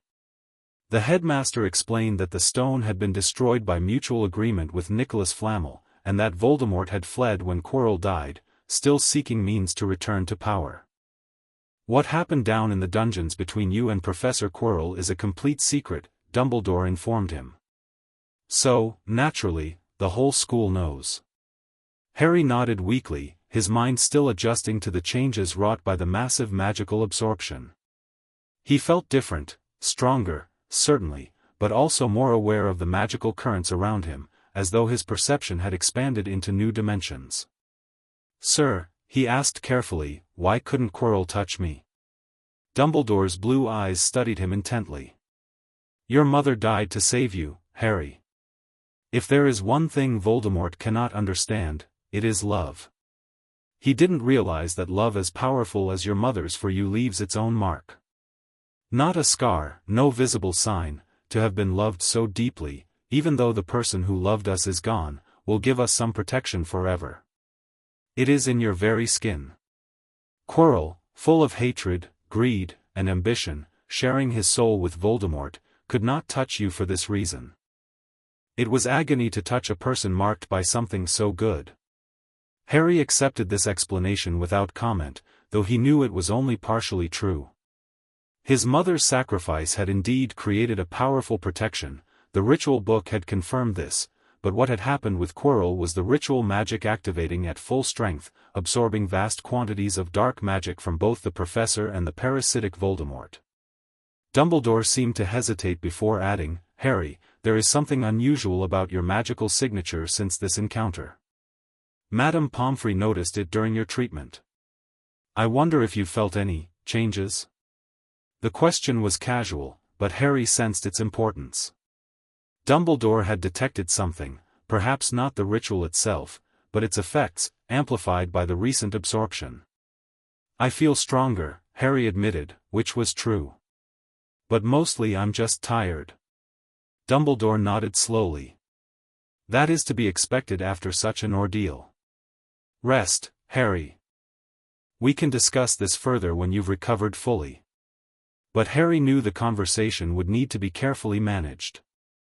The ritual book had warned that major power absorptions would alter his magical signature in ways that skilled wizards might detect. He would need to develop better concealment techniques before returning for his second year. As the term ended and students prepared to return home for summer, Harry reflected on all that had occurred. His first year at Hogwarts had provided valuable lessons, powerful magic, and genuine friendships. Ron and Hermione had proven their loyalty during their adventure with the stone, standing by him despite significant dangers. Yet Harry remained conscious of the secrets he kept from them, the ritual book, his growing powers, the true nature of what had happened with Quirrell. Part of him longed to share these burdens, to have allies who understood his full capabilities. But the ritual book had been clear, power shared is power diminished. Trust few, reveal less, until your strength is beyond challenge. At the leaving feast, where Gryffindor was awarded the House Cup after Dumbledore's last-minute point additions for their stone adventure, Harry watched his classmates celebrate with mixed emotions. He was part of this world now, accepted and even admired by many. Yet he remained separate in crucial ways, walking a path few could understand. As the Hogwarts Express carried them back toward London, Hermione asked about his summer plans. "The Dursleys will be awful, I expect," Harry replied with a shrug. "But they don't know I'm not allowed to use magic at home. I'm going to have a lot of fun with Dudley this summer." Ron laughed appreciatively, but Hermione looked concerned. "You'll be careful, won't you? You can't actually perform magic outside school." "I don't need to perform it," Harry said with a mysterious smile. "They don't know that." But in truth, Harry's plans were far more complex than simple intimidation of his relatives. The summer would provide valuable time to process the massive magical absorption from Quirrell/Voldemort, to study the ritual book's guidance on controlling his expanded powers, and to prepare for whatever challenges his second year might bring. As the train pulled into King's Cross Station, Harry's thoughts turned to the future. Voldemort was still out there, seeking restoration.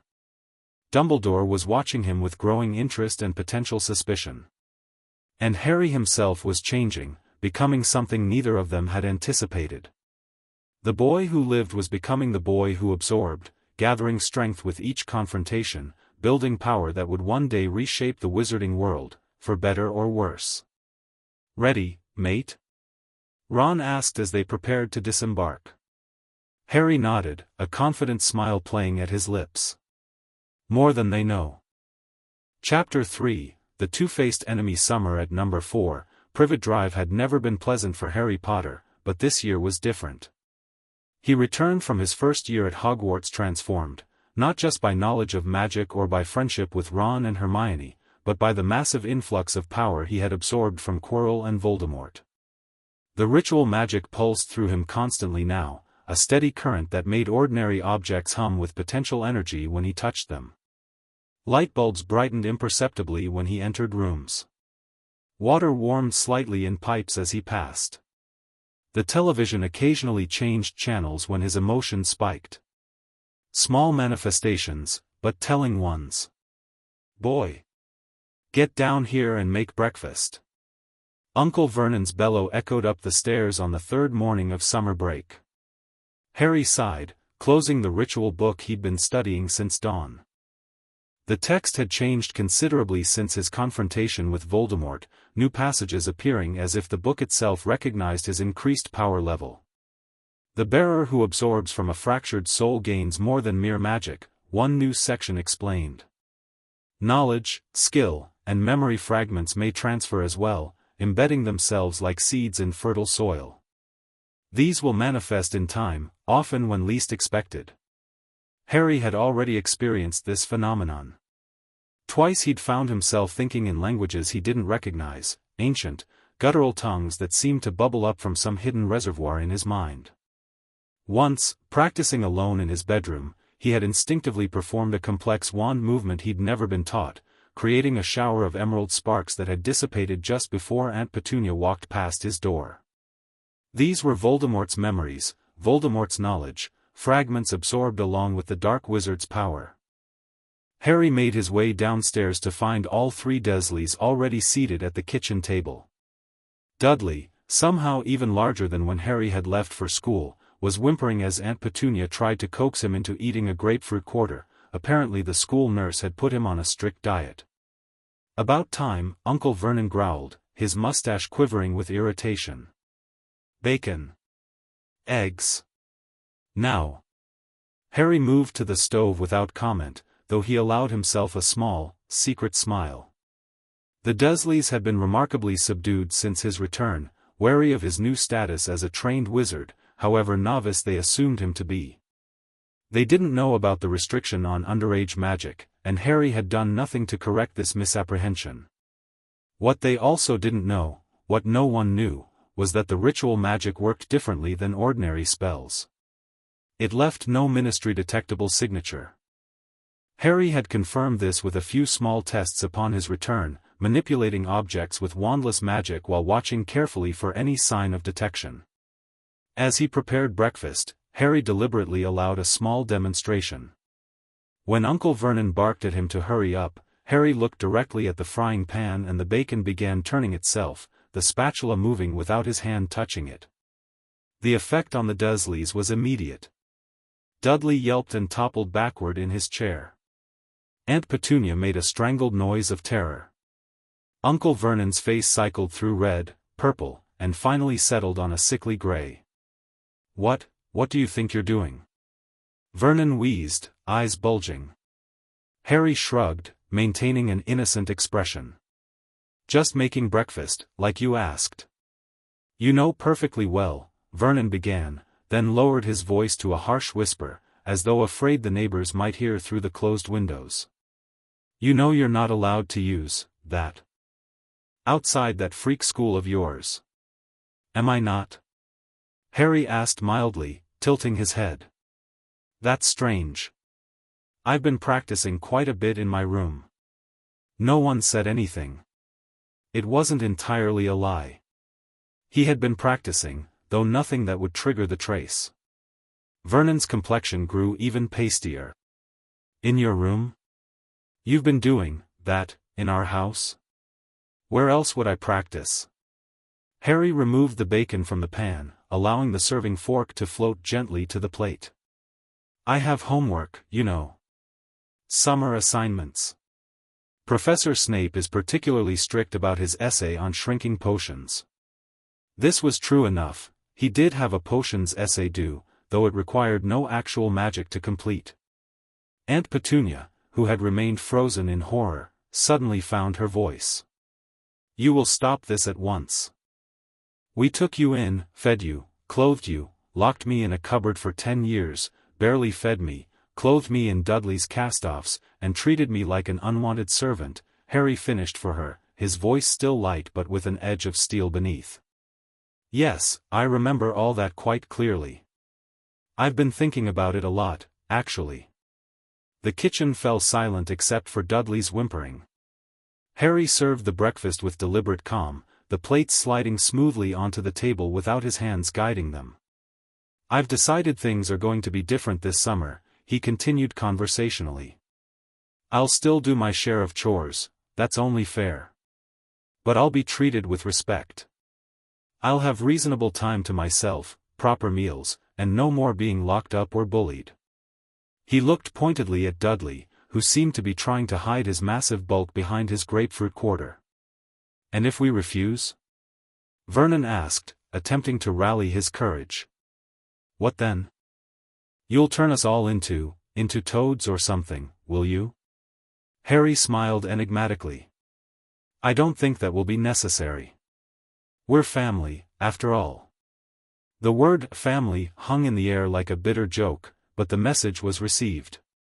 A tense truce settled over number 4, Privet Drive, a cold war of sorts, with magical demonstrations as Harry's deterrent against Dursley aggression. It was, Harry reflected as he returned to his room with a proper breakfast for once, a significant improvement over previous summers. The ritual book had been right, power changed everything, especially how others treated you. Even those who hated what you were couldn't help but respect what you could do. Harry's 12th birthday arrived with no acknowledgement from the Dursleys, which was hardly surprising. What was surprising, however, was the complete absence of communication from the wizarding world. No cards from Ron or Hermione, no note from Hagrid, nothing. That's odd, isn't it? Harry mused to Hedwig, who had been equally unsuccessful in delivering his letters to his friends. It's almost like something's intercepting our mail. As if summoned by his suspicion, Harry turned from the window to find he was no longer alone in his bedroom.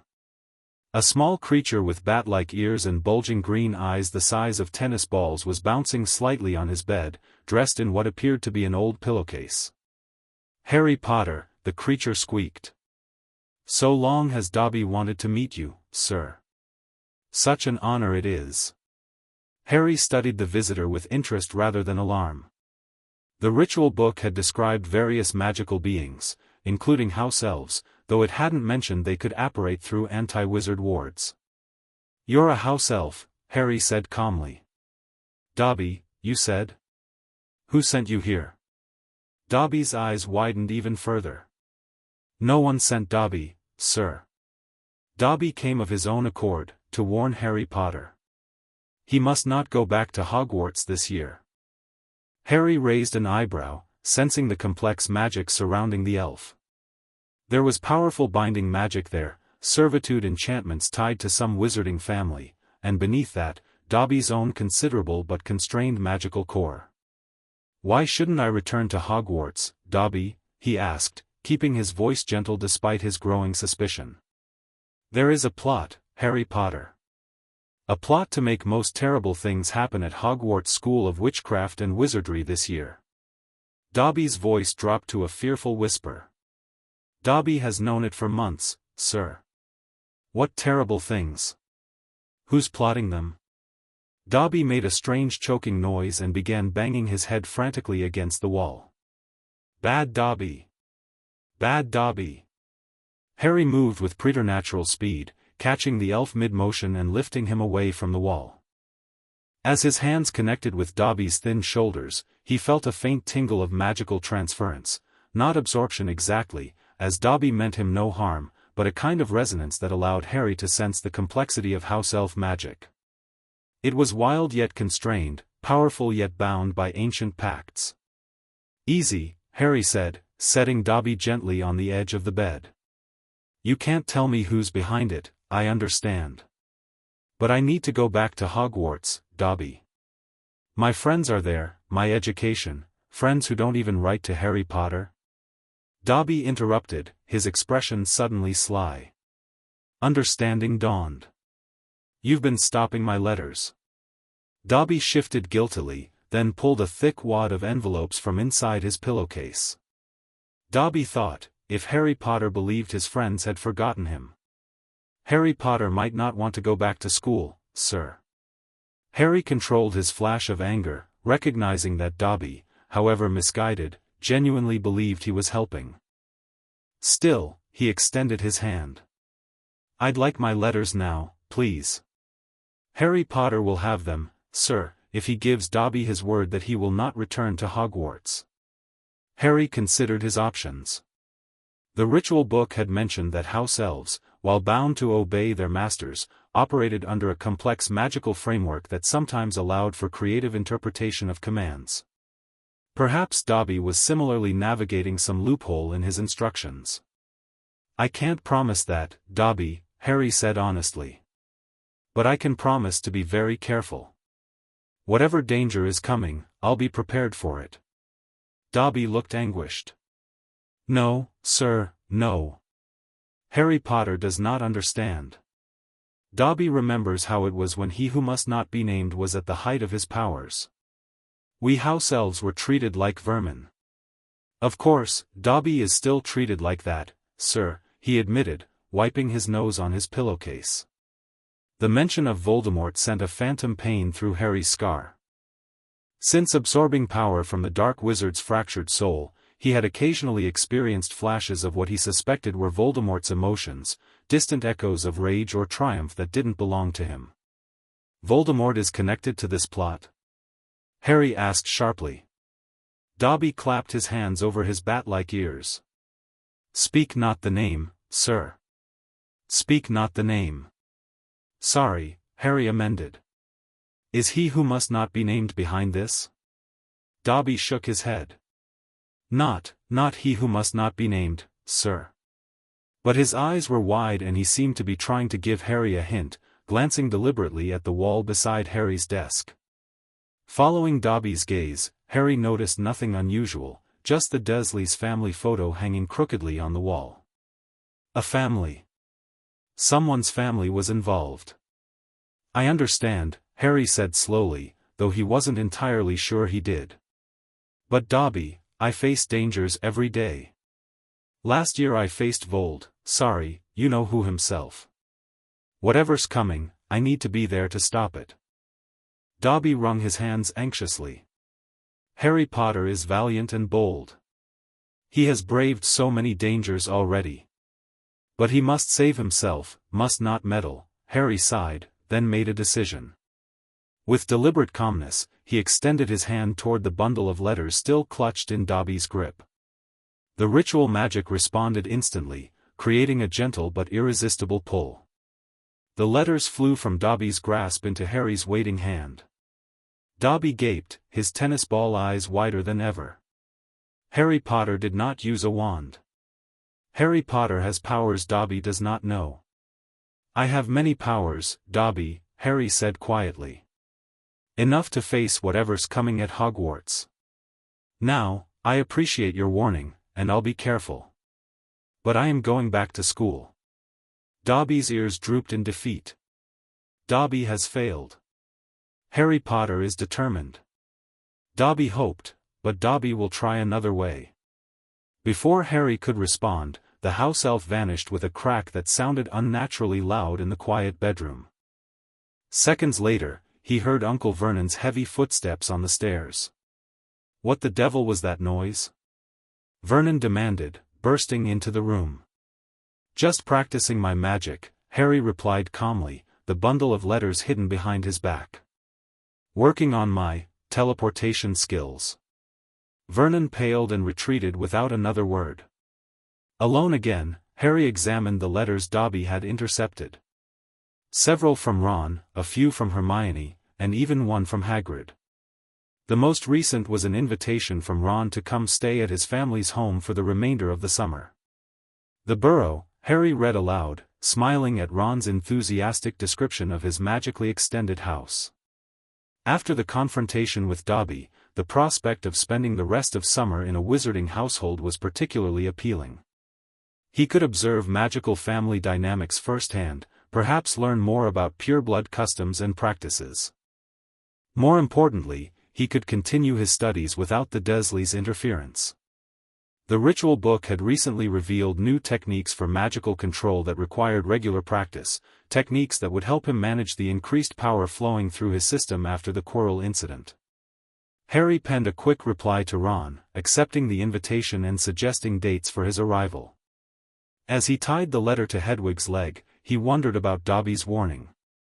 A plot at Hogwarts, something terrible enough to frighten a house elf into defying his master's wishes, at least indirectly. "Be careful," he told Hedwig as she prepared for flight. "I think someone might still try to intercept our mail." With that worrying thought, Harry turned back to the ritual book, drawn to a section that had recently appeared about defensive magic absorption, techniques to selectively filter what types of magic one absorbed during confrontations. Given Dobby's warning, such skills might prove essential in the coming school year. The Weasleys' rescue of Harry from Privet Drive came in spectacular fashion. When the Dursleys refused to allow Harry to accept Ron's invitation, more from spite than any real desire to keep Harry around, Ron and his twin brothers Fred and George arrived in a flying Ford Anglia, hovering outside Harry's bedroom window in the middle of the night. "Hiya, Harry." Ron grinned as they pulled the bars Vernon had installed from Harry's window. "Ready for a jailbreak?" Despite the Dursleys' attempts to stop him, culminating in Vernon actually grabbing Harry's ankle as he climbed through the window, Harry made his escape with trunk, broomstick, and most importantly, the ritual book securely hidden among his possessions. The burrow proved to be everything Harry had hoped for, a home saturated with magic in its most joyful, chaotic form. From the self-washing dishes to the family clock that tracked each Weasley's whereabouts, every aspect of the ramshackle house demonstrated how wizards incorporated magic into daily life. Mrs. Weasley, a plump, kind-faced woman, immediately took Harry under her wing, exclaiming over his thinness and piling his plate with food at every opportunity. Mr. Weasley, who worked at the Ministry of Magic in the Misuse of Muggle Artifacts office, peppered Harry with questions about everything from electricity to parking meters, fascinated by non-magical technology. Ron's sister Ginny, a small, red-haired girl starting her first year at Hogwarts, developed an immediate and intense case of hero worship, squeaking and fleeing whenever Harry entered a room. Ron found this hilarious, Harry found it mildly uncomfortable but endearing. For the first time, Harry experienced life in a true wizarding family, warm, accepting, and wonderfully ordinary despite the extraordinary nature of magic that permeated everything they did. It was both educational and emotionally significant for him. The Weasleys showed him what family could be, magical or otherwise. But even in this idyllic setting, Harry maintained his careful facade. He participated enthusiastically in degnoming the garden, learning in the process that gnomes, despite their small size, had a surprisingly complex magical signature that the ritual magic allowed him to perceive. He played Quidditch in the Weasleys' orchard, deliberately holding back just enough to appear naturally talented rather than unnaturally enhanced. He helped with chores, asked appropriate questions about wizarding customs, and generally presented himself as an ordinary, if somewhat advanced, second-year student. In private moments, usually late at night after Ron had fallen asleep, Harry continued studying the ritual book and practicing his growing abilities. The burrow's ambient magic made this easier in some ways, his own magical workings blended with the background magical noise of the household, but also required greater control to avoid detection by the magically sensitive Mr. and Mrs. Weasley. The book had begun revealing more advanced concepts now, including the possibility of not just absorbing magic from those who attempted to harm him, but potentially directing that absorbed energy into specific enhancements. The bearer who masters selective absorption may channel incoming magic toward desired attributes, one passage explained. Combat magic strengthens physical prowess. Transfiguration magic enhances shape-shifting potential. Mental magic deepens cognitive barriers and expands memory capacity. Harry found this concept fascinating, the idea that he could not only take power from his enemies but direct that power to specific aspects of his own development. It required precise control, however, and more practice than he could safely manage at the Burrow. The school shopping trip to Diagon Alley provided unexpected opportunities for observation if not practice. The Weasleys traveled by Flopowder, a transportation method Harry had never encountered before. When his turn came, his pronunciation of Diagon Alley was flawed, sending him tumbling out of the wrong fireplace in a shop called Borgin and Burke's, located in the decidedly less respectable Knockturn Alley. Hidden behind a large black cabinet, Harry witnessed Draco Malfoy and his father, Lucius, selling items they were concerned might be linked to dark magic if the Ministry raided their manor. The encounter was brief but informative, particularly when Lucius Malfoy mentioned greater plans at work that echoed Dobby's warning about terrible events at Hogwarts. After eventually reuniting with the Weasleys, and encountering Hagrid, who helped him find his way, Harry joined his friends for their shopping. The highlight, or lowlight, depending on one's perspective, was a book signing by the flamboyant new Defense Against the Dark Arts teacher, Gilderoy Lockhart, who immediately pulled Harry into an unwanted publicity photo upon recognizing him. "Ladies and gentlemen," Lockhart announced, his arm clamped firmly around Harry's shoulders. "This is the perfect moment for me to make a little announcement I've been sitting on for some time. When young Harry here stepped into Flourish and Blots today, he only wanted to buy my autobiography, which I shall be happy to present him now, free of charge." The crowd applauded. He had no idea that he would shortly be getting much more than my book, Magical Me. He and his schoolmates will, in fact, be getting the real Magical Me. Yes, ladies and gentlemen, I have great pleasure and pride in announcing that this September, I will be taking up the post of Defense Against the Dark Arts teacher at Hogwarts School of Witchcraft and Wizardry. As the crowd cheered, Harry extricated himself from Lockhart's grip, feeling vaguely contaminated by the man's obvious self-absorption. The ritual magic had become more sensitive to others' intentions since absorbing power from Quirrell/Voldemort, and Harry detected nothing but vanity and fabrication in Lockhart's magical signature. Whatever he claimed to have accomplished in his books, Harry suspected, was largely invention rather than achievement. The day took a darker turn when Lucius Malfoy deliberately provoked Arthur Weasley into a physical fight in the bookshop. Harry observed the interaction carefully, noting how Lucius slipped something into Ginny's cauldron amid the chaos, a small black book that he retrieved from his own robes. The action was subtle, meant to go unnoticed, but Harry's enhanced perception caught it clearly. Later, as they prepared to return to the burrow, Harry tried to warn Ginny, but she clutched her cauldron defensively and hurried after her mother, apparently interpreting his concern as an attempt to examine her purchases. Harry made a mental note to watch for the mysterious book at Hogwarts, suspecting it might be connected to Dobby's warning. The remainder of the summer passed in a blur of Quidditch games, wizarding chess, where Ron consistently trounced him, and preparations for the new school year. Harry found himself genuinely relaxing in the Weasleys' company, allowing his guard to lower slightly, though never completely. The ritual magic remained his most closely guarded secret, something not even Ron knew about. On their final evening at the Burrow, Mrs. Weasley conjured a spectacular farewell dinner in the garden, complete with homemade strawberry ice cream and a magnificent fireworks display courtesy of Fred and George. As Harry watched the magical rockets explode overhead, painting the night sky with dancing dragons and shooting stars, he felt a momentary pang of guilt for his deception. These people had welcomed him, treated him like family. Yet he was hiding a fundamental truth about himself from them.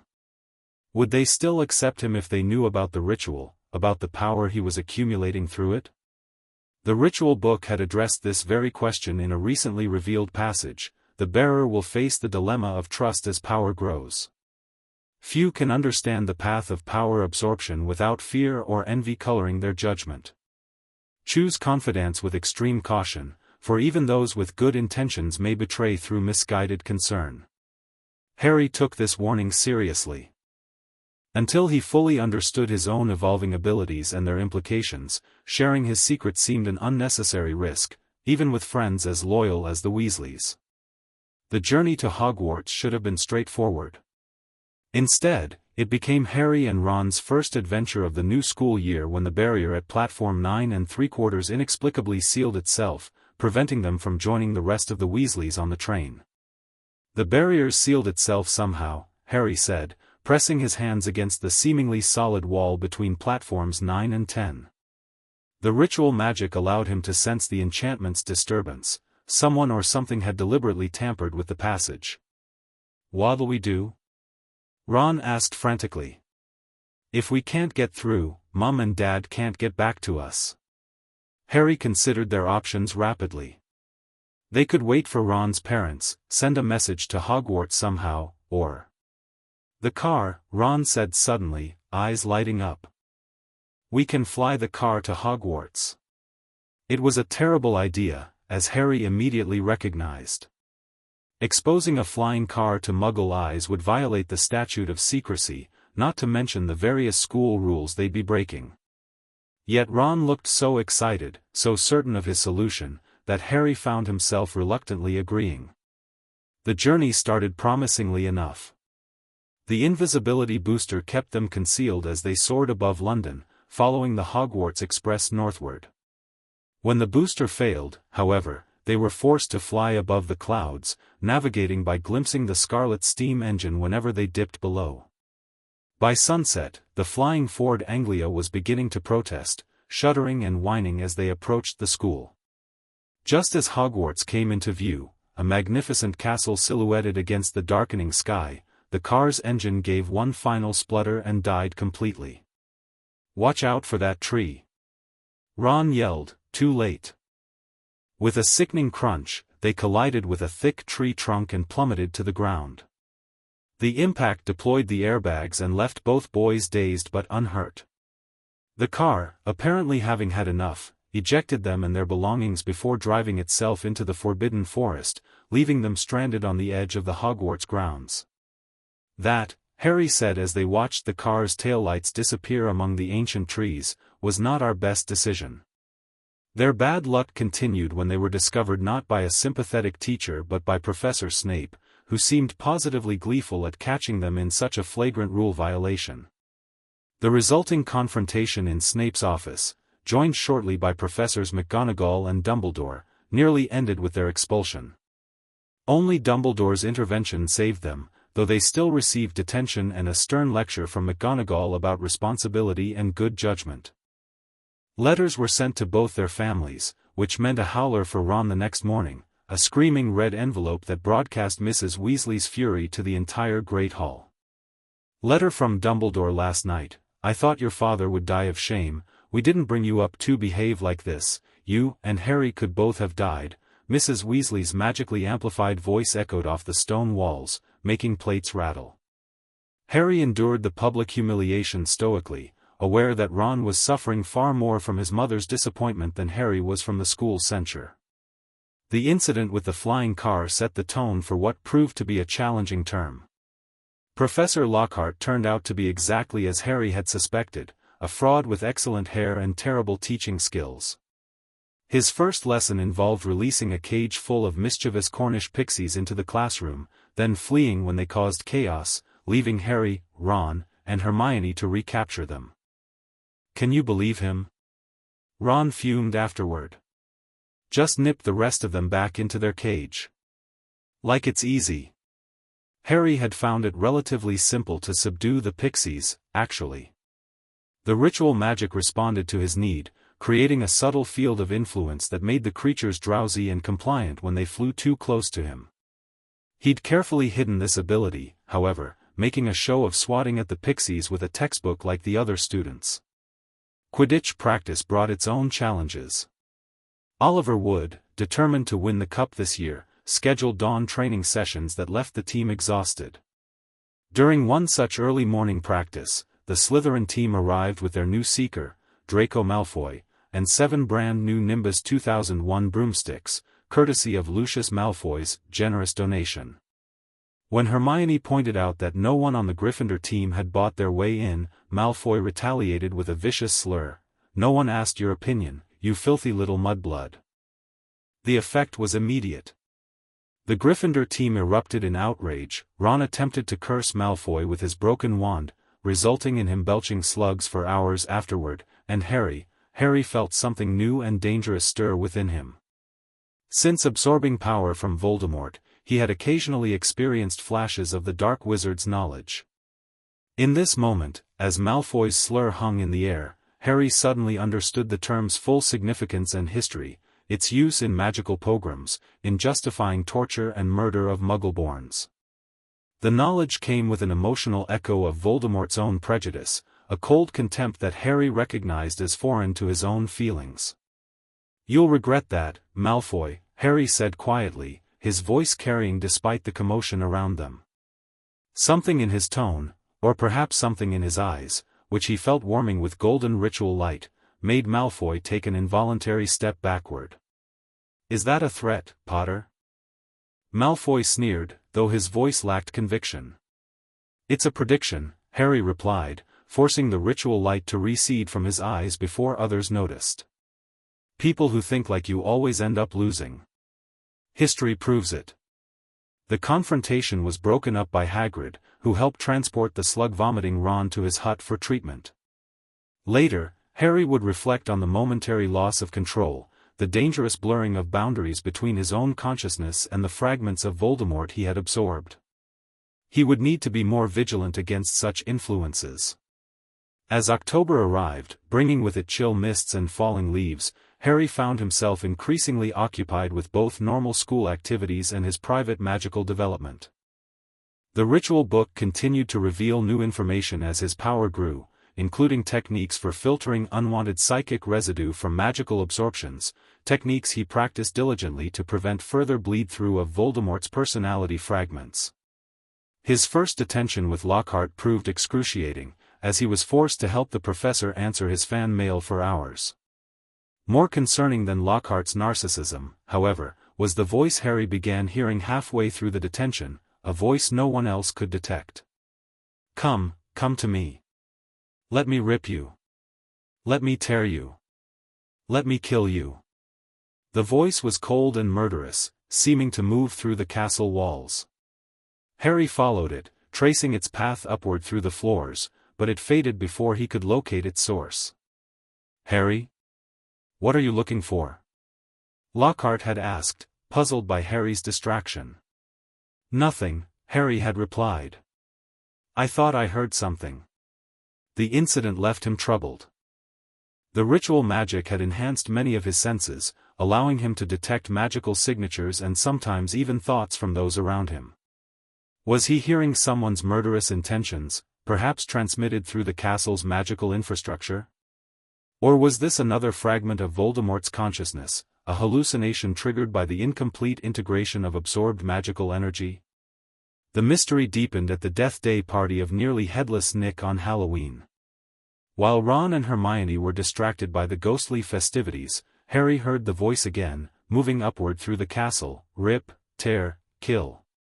This time he pursued it more aggressively, racing through corridors with Ron and Hermione struggling to keep up. The voice led them to the second floor, where they found a horrifying scene, Mrs. Norris, Filch's cat, hanging stiff and immobile from a torch bracket, and on the wall above, foot-high words gleaming in what looked like blood, "The Chamber of Secrets has been opened. Enemies of the air, beware." The discovery of the petrified cat and the ominous message coincided with the end of the Halloween feast, bringing the entire student body to the scene. In the ensuing chaos, Filch accused Harry of murdering his cat, Dumbledore declared Mrs. Norris petrified rather than dead, and Malfoy shouted ominously, "Enemies of the air, beware. You'll be next, mudbloods." The Chamber of Secrets became the sole topic of conversation throughout Hogwarts in the days that followed. Professor Binns, the ghostly history of magic teacher, reluctantly explained the legend when pressed by an unusually engaged class. The story goes that Slytherin had built a hidden chamber in the castle, of which the other founders knew nothing. Slytherin, according to the legend, sealed the Chamber of Secrets so that none would be able to open it until his own true heir arrived at the school. The heir alone would be able to unseal the Chamber of Secrets, unleash the horror within, and use it to purge the school of all who were unworthy to study magic. "Sir," Hermione had asked, "what exactly do you mean by the horror within the chamber?" "That is believed to be some sort of monster, which the heir of Slytherin alone can control." The revelation prompted widespread speculation about who might be the heir of Slytherin. Many students, Harry noticed, seemed to be watching him with new suspicion, perhaps because of his well-known ability to speak Parseltongue, a trait associated with Salazar Slytherin himself. Harry found this darkly amusing, considering his opposition to blood purity ideology and his close friendship with Muggle-born Hermione. Ron and Hermione, however, had fixed their suspicions elsewhere. "It's got to be Malfoy," Ron insisted as they huddled in the library, researching the chamber. "You heard him, you'll be next, mudbloods. His whole family's been in Slytherin for centuries. They could easily have passed down the key to the chamber." Harry wasn't convinced. "Malfoy's a bigot, but I'm not sure he has the power or subtlety for something like this." "There's one way to find out for certain," Hermione said, lowering her voice conspiratorially. "We need to get inside the Slytherin common room and ask Malfoy directly. And to do that, we need Polyjuice Potion." The plan was audacious, brewing an extremely complex potion in Moaning Myrtle's bathroom, stealing ingredients from Snape's private stores, and transforming themselves into Slytherin students to interrogate Malfoy. Harry agreed to it mostly to humor his friends, suspecting that Malfoy was a red herring rather than the true culprit. His own investigations took a different direction. The ritual book had recently revealed techniques for communing with the castle itself, methods to sense magical disturbances in the ancient stones of Hogwarts. During free periods and late at night under his invisibility cloak, Harry practiced these techniques, placing his hands on corridor walls and extending his magical awareness into the structure itself. What he discovered was troubling. Something ancient and powerful was indeed moving through the castle, not through the corridors but within the walls themselves, following paths that didn't appear on any map. Its magical signature was reptilian but vastly more complex than any normal snake, resonating with dark enchantments that had laid dormant for centuries. The bearer should exercise extreme caution when confronting ancient magical creatures, the ritual book warned. Their magic often resists absorption, being bound to purpose rather than personality. Direct confrontation may yield little power gain while exposing the bearer to significant danger. Harry took this warning seriously, especially after the first student victim was found, Colin Creevey, a first-year who had been annoyingly persistent in photographing Harry, discovered petrified with his camera raised to his eye. The attack confirmed that the threat was escalating from cats to students, with Muggleborns as the likely targets. The situation grew more tense with the formation of a dueling club led by Lockhart and Snape. During the first session, Harry was paired with Malfoy, who cast a spell that conjured a large black snake. When the snake turned toward Justin Finch-Fletchley, a Muggle-born Hufflepuff, Harry instinctively commanded it to stop, in Parseltongue. "Leave him alone!" Harry shouted, unaware that he was speaking the language of snakes until he saw the horrified expressions around him. The incident cemented many students' suspicions that Harry himself was the heir of Slytherin, a belief that gained further traction when Justin became the next petrification victim, found alongside nearly headless Nick, whose ghostly form had turned black and smoky as if he'd been partially extinguished. "Everyone thinks you're the one attacking people," Ron told him bluntly as they visited the petrified Justin in the hospital wing. "Because you can speak Parseltongue, like Salazar Slytherin." "I know," Harry replied, studying Justin's frozen face. "But they're wrong." What Harry didn't share with his friends was his growing certainty about what was moving through the castle. His research in the library, combined with the ritual book's knowledge and the fragments of Voldemort's memories surfacing in his mind, had led him to a terrible conclusion: the monster was a basilisk, a giant serpent whose direct gaze killed and whose indirect gaze, through reflection or filtration, petrified. This explained why he alone could hear it. He was hearing Parseltongue through the walls. It explained the petrifications rather than deaths. Mrs. Norris had seen the reflection in water on the floor, Colin through his camera lens, Justin through nearly headless Nick, who as a ghost couldn't die again but could be affected. The question remained, who was controlling the basilisk, and how were they connected to the Chamber of Secrets? Harry suspected the answer might lie with the small black book he had seen Lucius Malfoy slip into Ginny Weasley's cauldron in Flourish and Blots. His opportunity to investigate came during the Christmas holidays, when most students returned home. Harry, Ron, and Hermione remained at Hogwarts to complete the Polyjuice potion, which they used on Christmas Day to infiltrate the Slytherin common room as Crabbe and Goyle. Hermione's transformation went awry, leaving her in the bathroom. The interrogation of Malfoy proved Harry's suspicions correct. Draco knew nothing specific about the chamber or the attacks, only that a similar incident had occurred 50 years earlier, resulting in a Muggle-born girl's death and the expulsion of the student believed responsible. "Father says to keep my head down and let the heir of Slytherin get on with it," Malfoy told them, unaware he was speaking to Harry and Ron rather than Crabbe and Goyle. "He says the school needs ridding of all the mudblood filth, but not to get mixed up in it. Of course, he's got a lot on his plate at the moment. You know the Ministry of Magic raided our manor last week? This new information, about the previous opening and Lucius Malfoy's instructions to his son, strengthened Harry's suspicion that the diary was significant. When they returned to Gryffindor Tower after the Polyjuice wore off, he immediately began looking for opportunities to examine Ginny's possessions. His chance came unexpectedly in February, when someone ransacked his dormitory, emptying his trunk and scattering his belongings. The only item missing was an old diary, not his own, but one that had apparently been discarded in Moaning Myrtle's bathroom and picked up by Ginny. "It's absolutely blank," Hermione had reported after examining it before the theft. "Not a word written in it." But Harry, who had briefly held the diary himself, had sensed something more. The book had a magical signature, faint but distinct, similar in some ways to the energy he had absorbed from Quirrell/Voldemort. He hadn't had time to investigate it properly before it disappeared from his possession.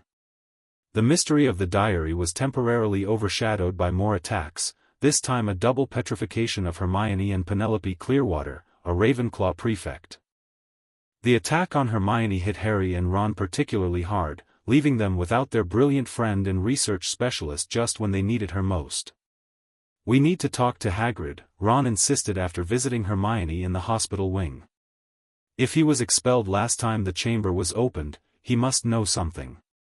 Their visit to Hagrid's hut that night, under the invisibility cloak, coincided with the arrival of Minister for Magic Cornelius Fudge and Lucius Malfoy, who had come to remove Hagrid to Azkaban as a precautionary measure and suspend Dumbledore as headmaster. Before being taken away, Hagrid left them a cryptic clue: if anyone wanted to find out some stuff, all they'd have to do would be to follow the spiders. That'd lead 'em right. That's all I'm sayin'. Following the spiders led Harry and Ron into the Forbidden Forest, where they encountered Aragog, an enormous acromantula, magical spider, that had been Hagrid's pet 50 years earlier. Aragog revealed that Hagrid had been wrongfully accused, the girl who died was found in a bathroom, and spiders fled from the true monster in the chamber, which Aragog refused to name. "A bathroom," Harry murmured as they narrowly escaped Aragog's less friendly children. "Ron, what if she never left? What if she's still there?" "Who?" "Moaning Myrtle. The ghost who haunts the girls' bathroom on the second floor. What if she was the girl who died when the chamber was opened 50 years ago?" This revelation, combined with a scrap of paper found clutched in Hermione's petrified hand, identifying the monster as a basilisk and noting its use of pipes to move through the castle, finally provided the full picture. The entrance to the Chamber of Secrets was in Moaning Myrtle's bathroom, and the basilisk used the plumbing to travel throughout Hogwarts. When Ginny Weasley was taken into the chamber itself, with another blood message on the wall announcing, "Her skeleton will lie in the chamber forever," Harry knew he could wait no longer. He and Ron took their information to Professor Lockhart, who had been assigned to rescue Ginny, only to find the fraud packing to flee. At one point, they forced Lockhart to accompany them to Moaning Myrtle's bathroom, where Harry opened the entrance to the chamber by speaking Parseltongue to a small snake etched on a sink. The sink receded, revealing a large pipe descending into darkness.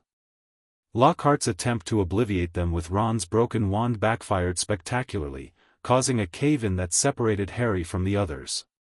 With no choice but to continue alone, Harry proceeded deeper into the chamber, eventually reaching a vast stone cavern dominated by a giant statue of Salazar Slytherin. At the statue's feet lay Ginny, pale and still, with the small black diary beside her. And standing over her was a tall, handsome boy of about 16, slightly blurred at the edges as though viewed through mist, Tom Riddle. "She won't wake," Riddle said softly, watching Harry approach. "She's still alive, but only just." Harry knelt beside Ginny, checking her pulse, faint but present, while keeping his eyes on Riddle. The ritual magic within him was reacting strongly to the other boy's presence, resonating in a way that felt familiar and disturbing. "Are you a ghost?" Harry asked, though he already suspected the answer. "A memory," Riddle replied. "Preserved in a diary for 50 years. As Riddle explained how he had used the diary to possess Ginny, forcing her to open the chamber and release the basilisk, Harry felt a growing certainty about the boy's true identity. The magical signature was unmistakable, similar to what he had absorbed from Quirrell, but younger, less developed. "You're Voldemort," Harry said quietly. Riddle's handsome face split in a smile. "You see? Already, I was using a different name, a name I knew wizards everywhere would one day fear to speak, when I had become the greatest sorcerer in the world." "Albus Dumbledore is the greatest sorcerer in the world," Harry corrected automatically. Riddle's face contorted with rage. "Dumbledore has been driven out of this castle by the mere memory of me." "He's not as gone as you might think," Harry replied, playing for time as he assessed his options. The ritual book had warned about confronting ancient magical creatures, but had said nothing about memory constructs or soul fragments preserved in objects. Could he absorb power from this version of Voldemort as he had from Quirrell? Riddle seemed to tire of the conversation. Turning to the statue of Slytherin, he spoke in Parseltongue. "Speak to me, Slytherin, greatest of the Hogwarts Four." The statue's mouth opened, revealing a dark tunnel from which Harry could hear something massive stirring. The basilisk was coming. Harry closed his eyes immediately, knowing that the creature's gaze meant instant death. He heard it slither onto the chamber floor, heard Riddle's command to kill him. What happened next was pure instinct. As the basilisk lunged, Harry rolled aside, guided by the sound of its movement and the magical awareness granted by the ritual. He spoke in Parseltongue, attempting to countermand Riddle's orders. "Stop. I am also a speaker." The basilisk hesitated momentarily, confused by conflicting commands from two Parselmouths. In that moment of uncertainty, something unexpected arrived: Fawkes, Dumbledore's phoenix, carrying the Sorting Hat. The magnificent bird attacked the basilisk's eyes with its talons, blinding the serpent and eliminating its deadly gaze. "No!" Riddle screamed. "Leave the bird! Leave the bird! The boy is behind you. You can still smell him. Kill him." Harry pulled the Sorting Hat onto his head, thinking desperately of his need for help. Something hard and heavy thudded onto his head. A gleaming silver sword with rubies set in its hilt had appeared inside the hat. The blinded basilisk lunged again, guided by scent and Harry's movements. With the sword clutched in both hands, Harry drove the blade upward through the roof of the serpent's mouth as it struck. A searing pain shot through his arm. One of the basilisk's venomous fangs had pierced his flesh even as he delivered the fatal blow. As the massive serpent collapsed, Harry staggered backward, the fang still embedded in his arm. Poison spread through his veins, his vision blurring with each heartbeat. He pulled the fang from his wound, knowing he had minutes at most before the venom claimed him. Riddle stood watching, a triumphant smile spreading across his face. "You're dying, Harry Potter. Even Dumbledore's bird knows it. Do you see what he's doing? He's crying. I'm going to sit here and watch you die, Harry Potter. Take your time. I'm in no hurry." But Fawkes had settled beside Harry, its pearly tears falling onto the wound. As the phoenix cried, Harry felt the pain recede, the wound closing, the poison neutralized by the magical tears. "Phoenix tears," Riddle said, suddenly alarmed. "Of course, healing powers. I forgot." Harry rose to his feet, the ritual magic surging through him, responding to the near-death experience and the proximity of Voldemort's soul fragment. The basilisk fang remained in his hand, a weapon more potent than he had initially realized. "It makes no difference," Riddle recovered, raising Harry's wand, which he had taken while Harry fought the basilisk. "In fact, I prefer it this way. Just you and me, Harry Potter, you and me." He raised the wand, but before he could cast, Harry lunged forward and drove the basilisk fang directly into the diary lying beside Ginny's unconscious form. Ink spurted from the book in torrents, and Riddle screamed, a long, terrible scream of pain and fury. His form twisted and contorted, growing more solid one moment and more transparent the next. But something unexpected was happening simultaneously.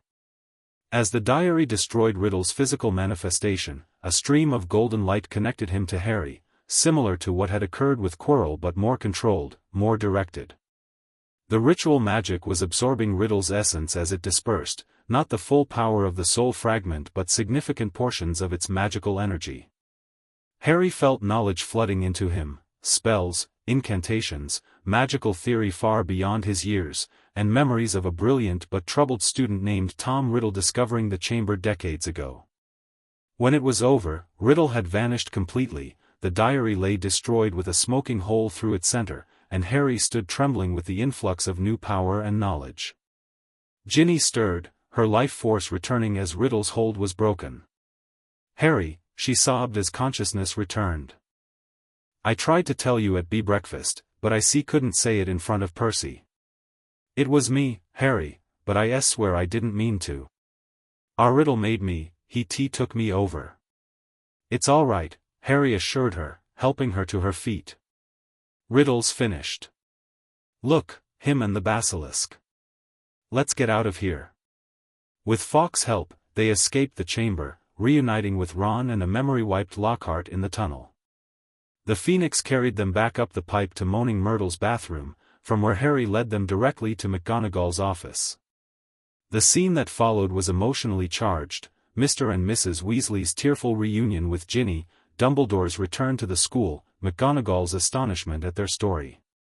Harry explained everything except the ritual magic's absorption of Riddle's power, attributing the diary's destruction solely to the basilisk fang.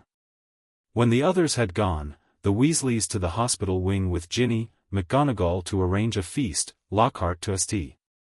Mungo's for treatment of his memory loss, Dumbledore regarded Harry with those penetrating blue eyes. "I sense you're not telling me everything, Harry," he said gently. Harry maintained his mental shields, projecting only what he wanted the headmaster to perceive: his concern for Ginny, his relief at destroying the diary, his lingering questions about his connection to Voldemort. "Sir," Riddle said, "we're alike. That I can speak Parseltongue because Voldemort can speak Parseltongue." Dumbledore nodded slowly. "You can speak Parseltongue, Harry, because Lord Voldemort, who is the last remaining descendant of Salazar Slytherin, can speak Parseltongue. Unless I'm much mistaken, he transferred some of his own powers to you the night he gave you that scar." "Voldemort put a bit of himself in me?" Harry asked, feigning surprise rather than confirmation. "It certainly seems so." "So the Sorting Hat was right," Harry said. "I should have been in Slytherin." "The Sorting Hat placed you in Gryffindor," Dumbledore replied firmly. "You know why that was? Think. It only put me in Gryffindor because I asked not to go in Slytherin." "Exactly. Which makes you very different from Tom Riddle. It is our choices, Harry, that show what we truly are, far more than our abilities." Harry nodded, accepting the wisdom in Dumbledore's words while keeping his deeper thoughts private. The headmaster was right about choices being significant, but he didn't know the full extent of Harry's abilities now considerably enhanced by the absorption of yet another fragment of Voldemort's power. The remainder of the term passed in celebration. Exams were cancelled as a school treat, Hagrid returned from Azkaban, and those who had been petrified were successfully revived with the Mandrake restorative draught. Seeing Hermione running toward him in the Great Hall, beaming with relief and pride in his accomplishment, was one of the happiest moments of Harry's year. On the Hogwarts Express returning to London, Harry found himself contemplating the year's events and their implications. He had now absorbed power from Voldemort twice, first from the fragment attached to Quirrell, and now from the memory in the diary. The ritual book had explained what these absorptions meant. When power is taken from the same source repeatedly, resonance occurs. The bearer's magic harmonizes with the absorbed energy, enhancing compatibility and integration. Knowledge and skills transfer more completely, while negative aspects, personality fragments, corrupt intentions, are more easily filtered. This explained why he felt more in control of the new abilities this time, less troubled by intrusive thoughts or memories from Voldemort. His mastery of the ritual magic was growing, allowing him to absorb power more selectively, filtering out the darkness while retaining the knowledge and magical strength. As the train approached King's Cross, Ginny Weasley appeared at their compartment, still pale and shaken from her ordeal but recovering. She thanked Harry again for saving her life, blushing furiously before hurrying away. "What's up with her?" Ron wondered. Harry shrugged, though he understood more than he let on. The diary had been a Horcrux, a term he now knew from Riddle's absorbed memories. A container for a soul fragment, created through murder and dark magic. Ginny had been possessed by an actual piece of Voldemort's soul, not just a magical imprint. More troubling was the realization that the diary might not be the only such object. Voldemort, obsessed with immortality, would not have stopped at creating just one safeguard for his soul. How many more Horcruxes existed? Where were they hidden? And what would happen if Harry found and destroyed them all, absorbing power from each fragment? The ritual book had recently revealed a new passage that seemed particularly relevant. The bearer who absorbs from divided essence approaches a critical threshold. When sufficient fragments are reunited through absorption, a transformation occurs. The power no longer merely augments the bearer, it fundamentally changes what the bearer is. This warning, or perhaps promise, occupied Harry's thoughts as the train pulled into the station. Whatever lay ahead, he was no longer the same boy who had discovered a mysterious book beneath the floorboards of his cupboard 6 years ago. He was becoming something new, something even the ritual book hadn't fully defined. As he bid goodbye to Ron and Hermione on the platform, promising to write over the summer, Harry felt both apprehension and anticipation for what his third year might bring. Voldemort remained a threat, existing in some spectral form beyond the destroyed Horcruxes. Dumbledore was watching him with increasing interest and potential concern. And his own powers continued to evolve in ways that both excited and sometimes frightened him. The boy who lived. The boy who absorbed. Perhaps soon, something else entirely.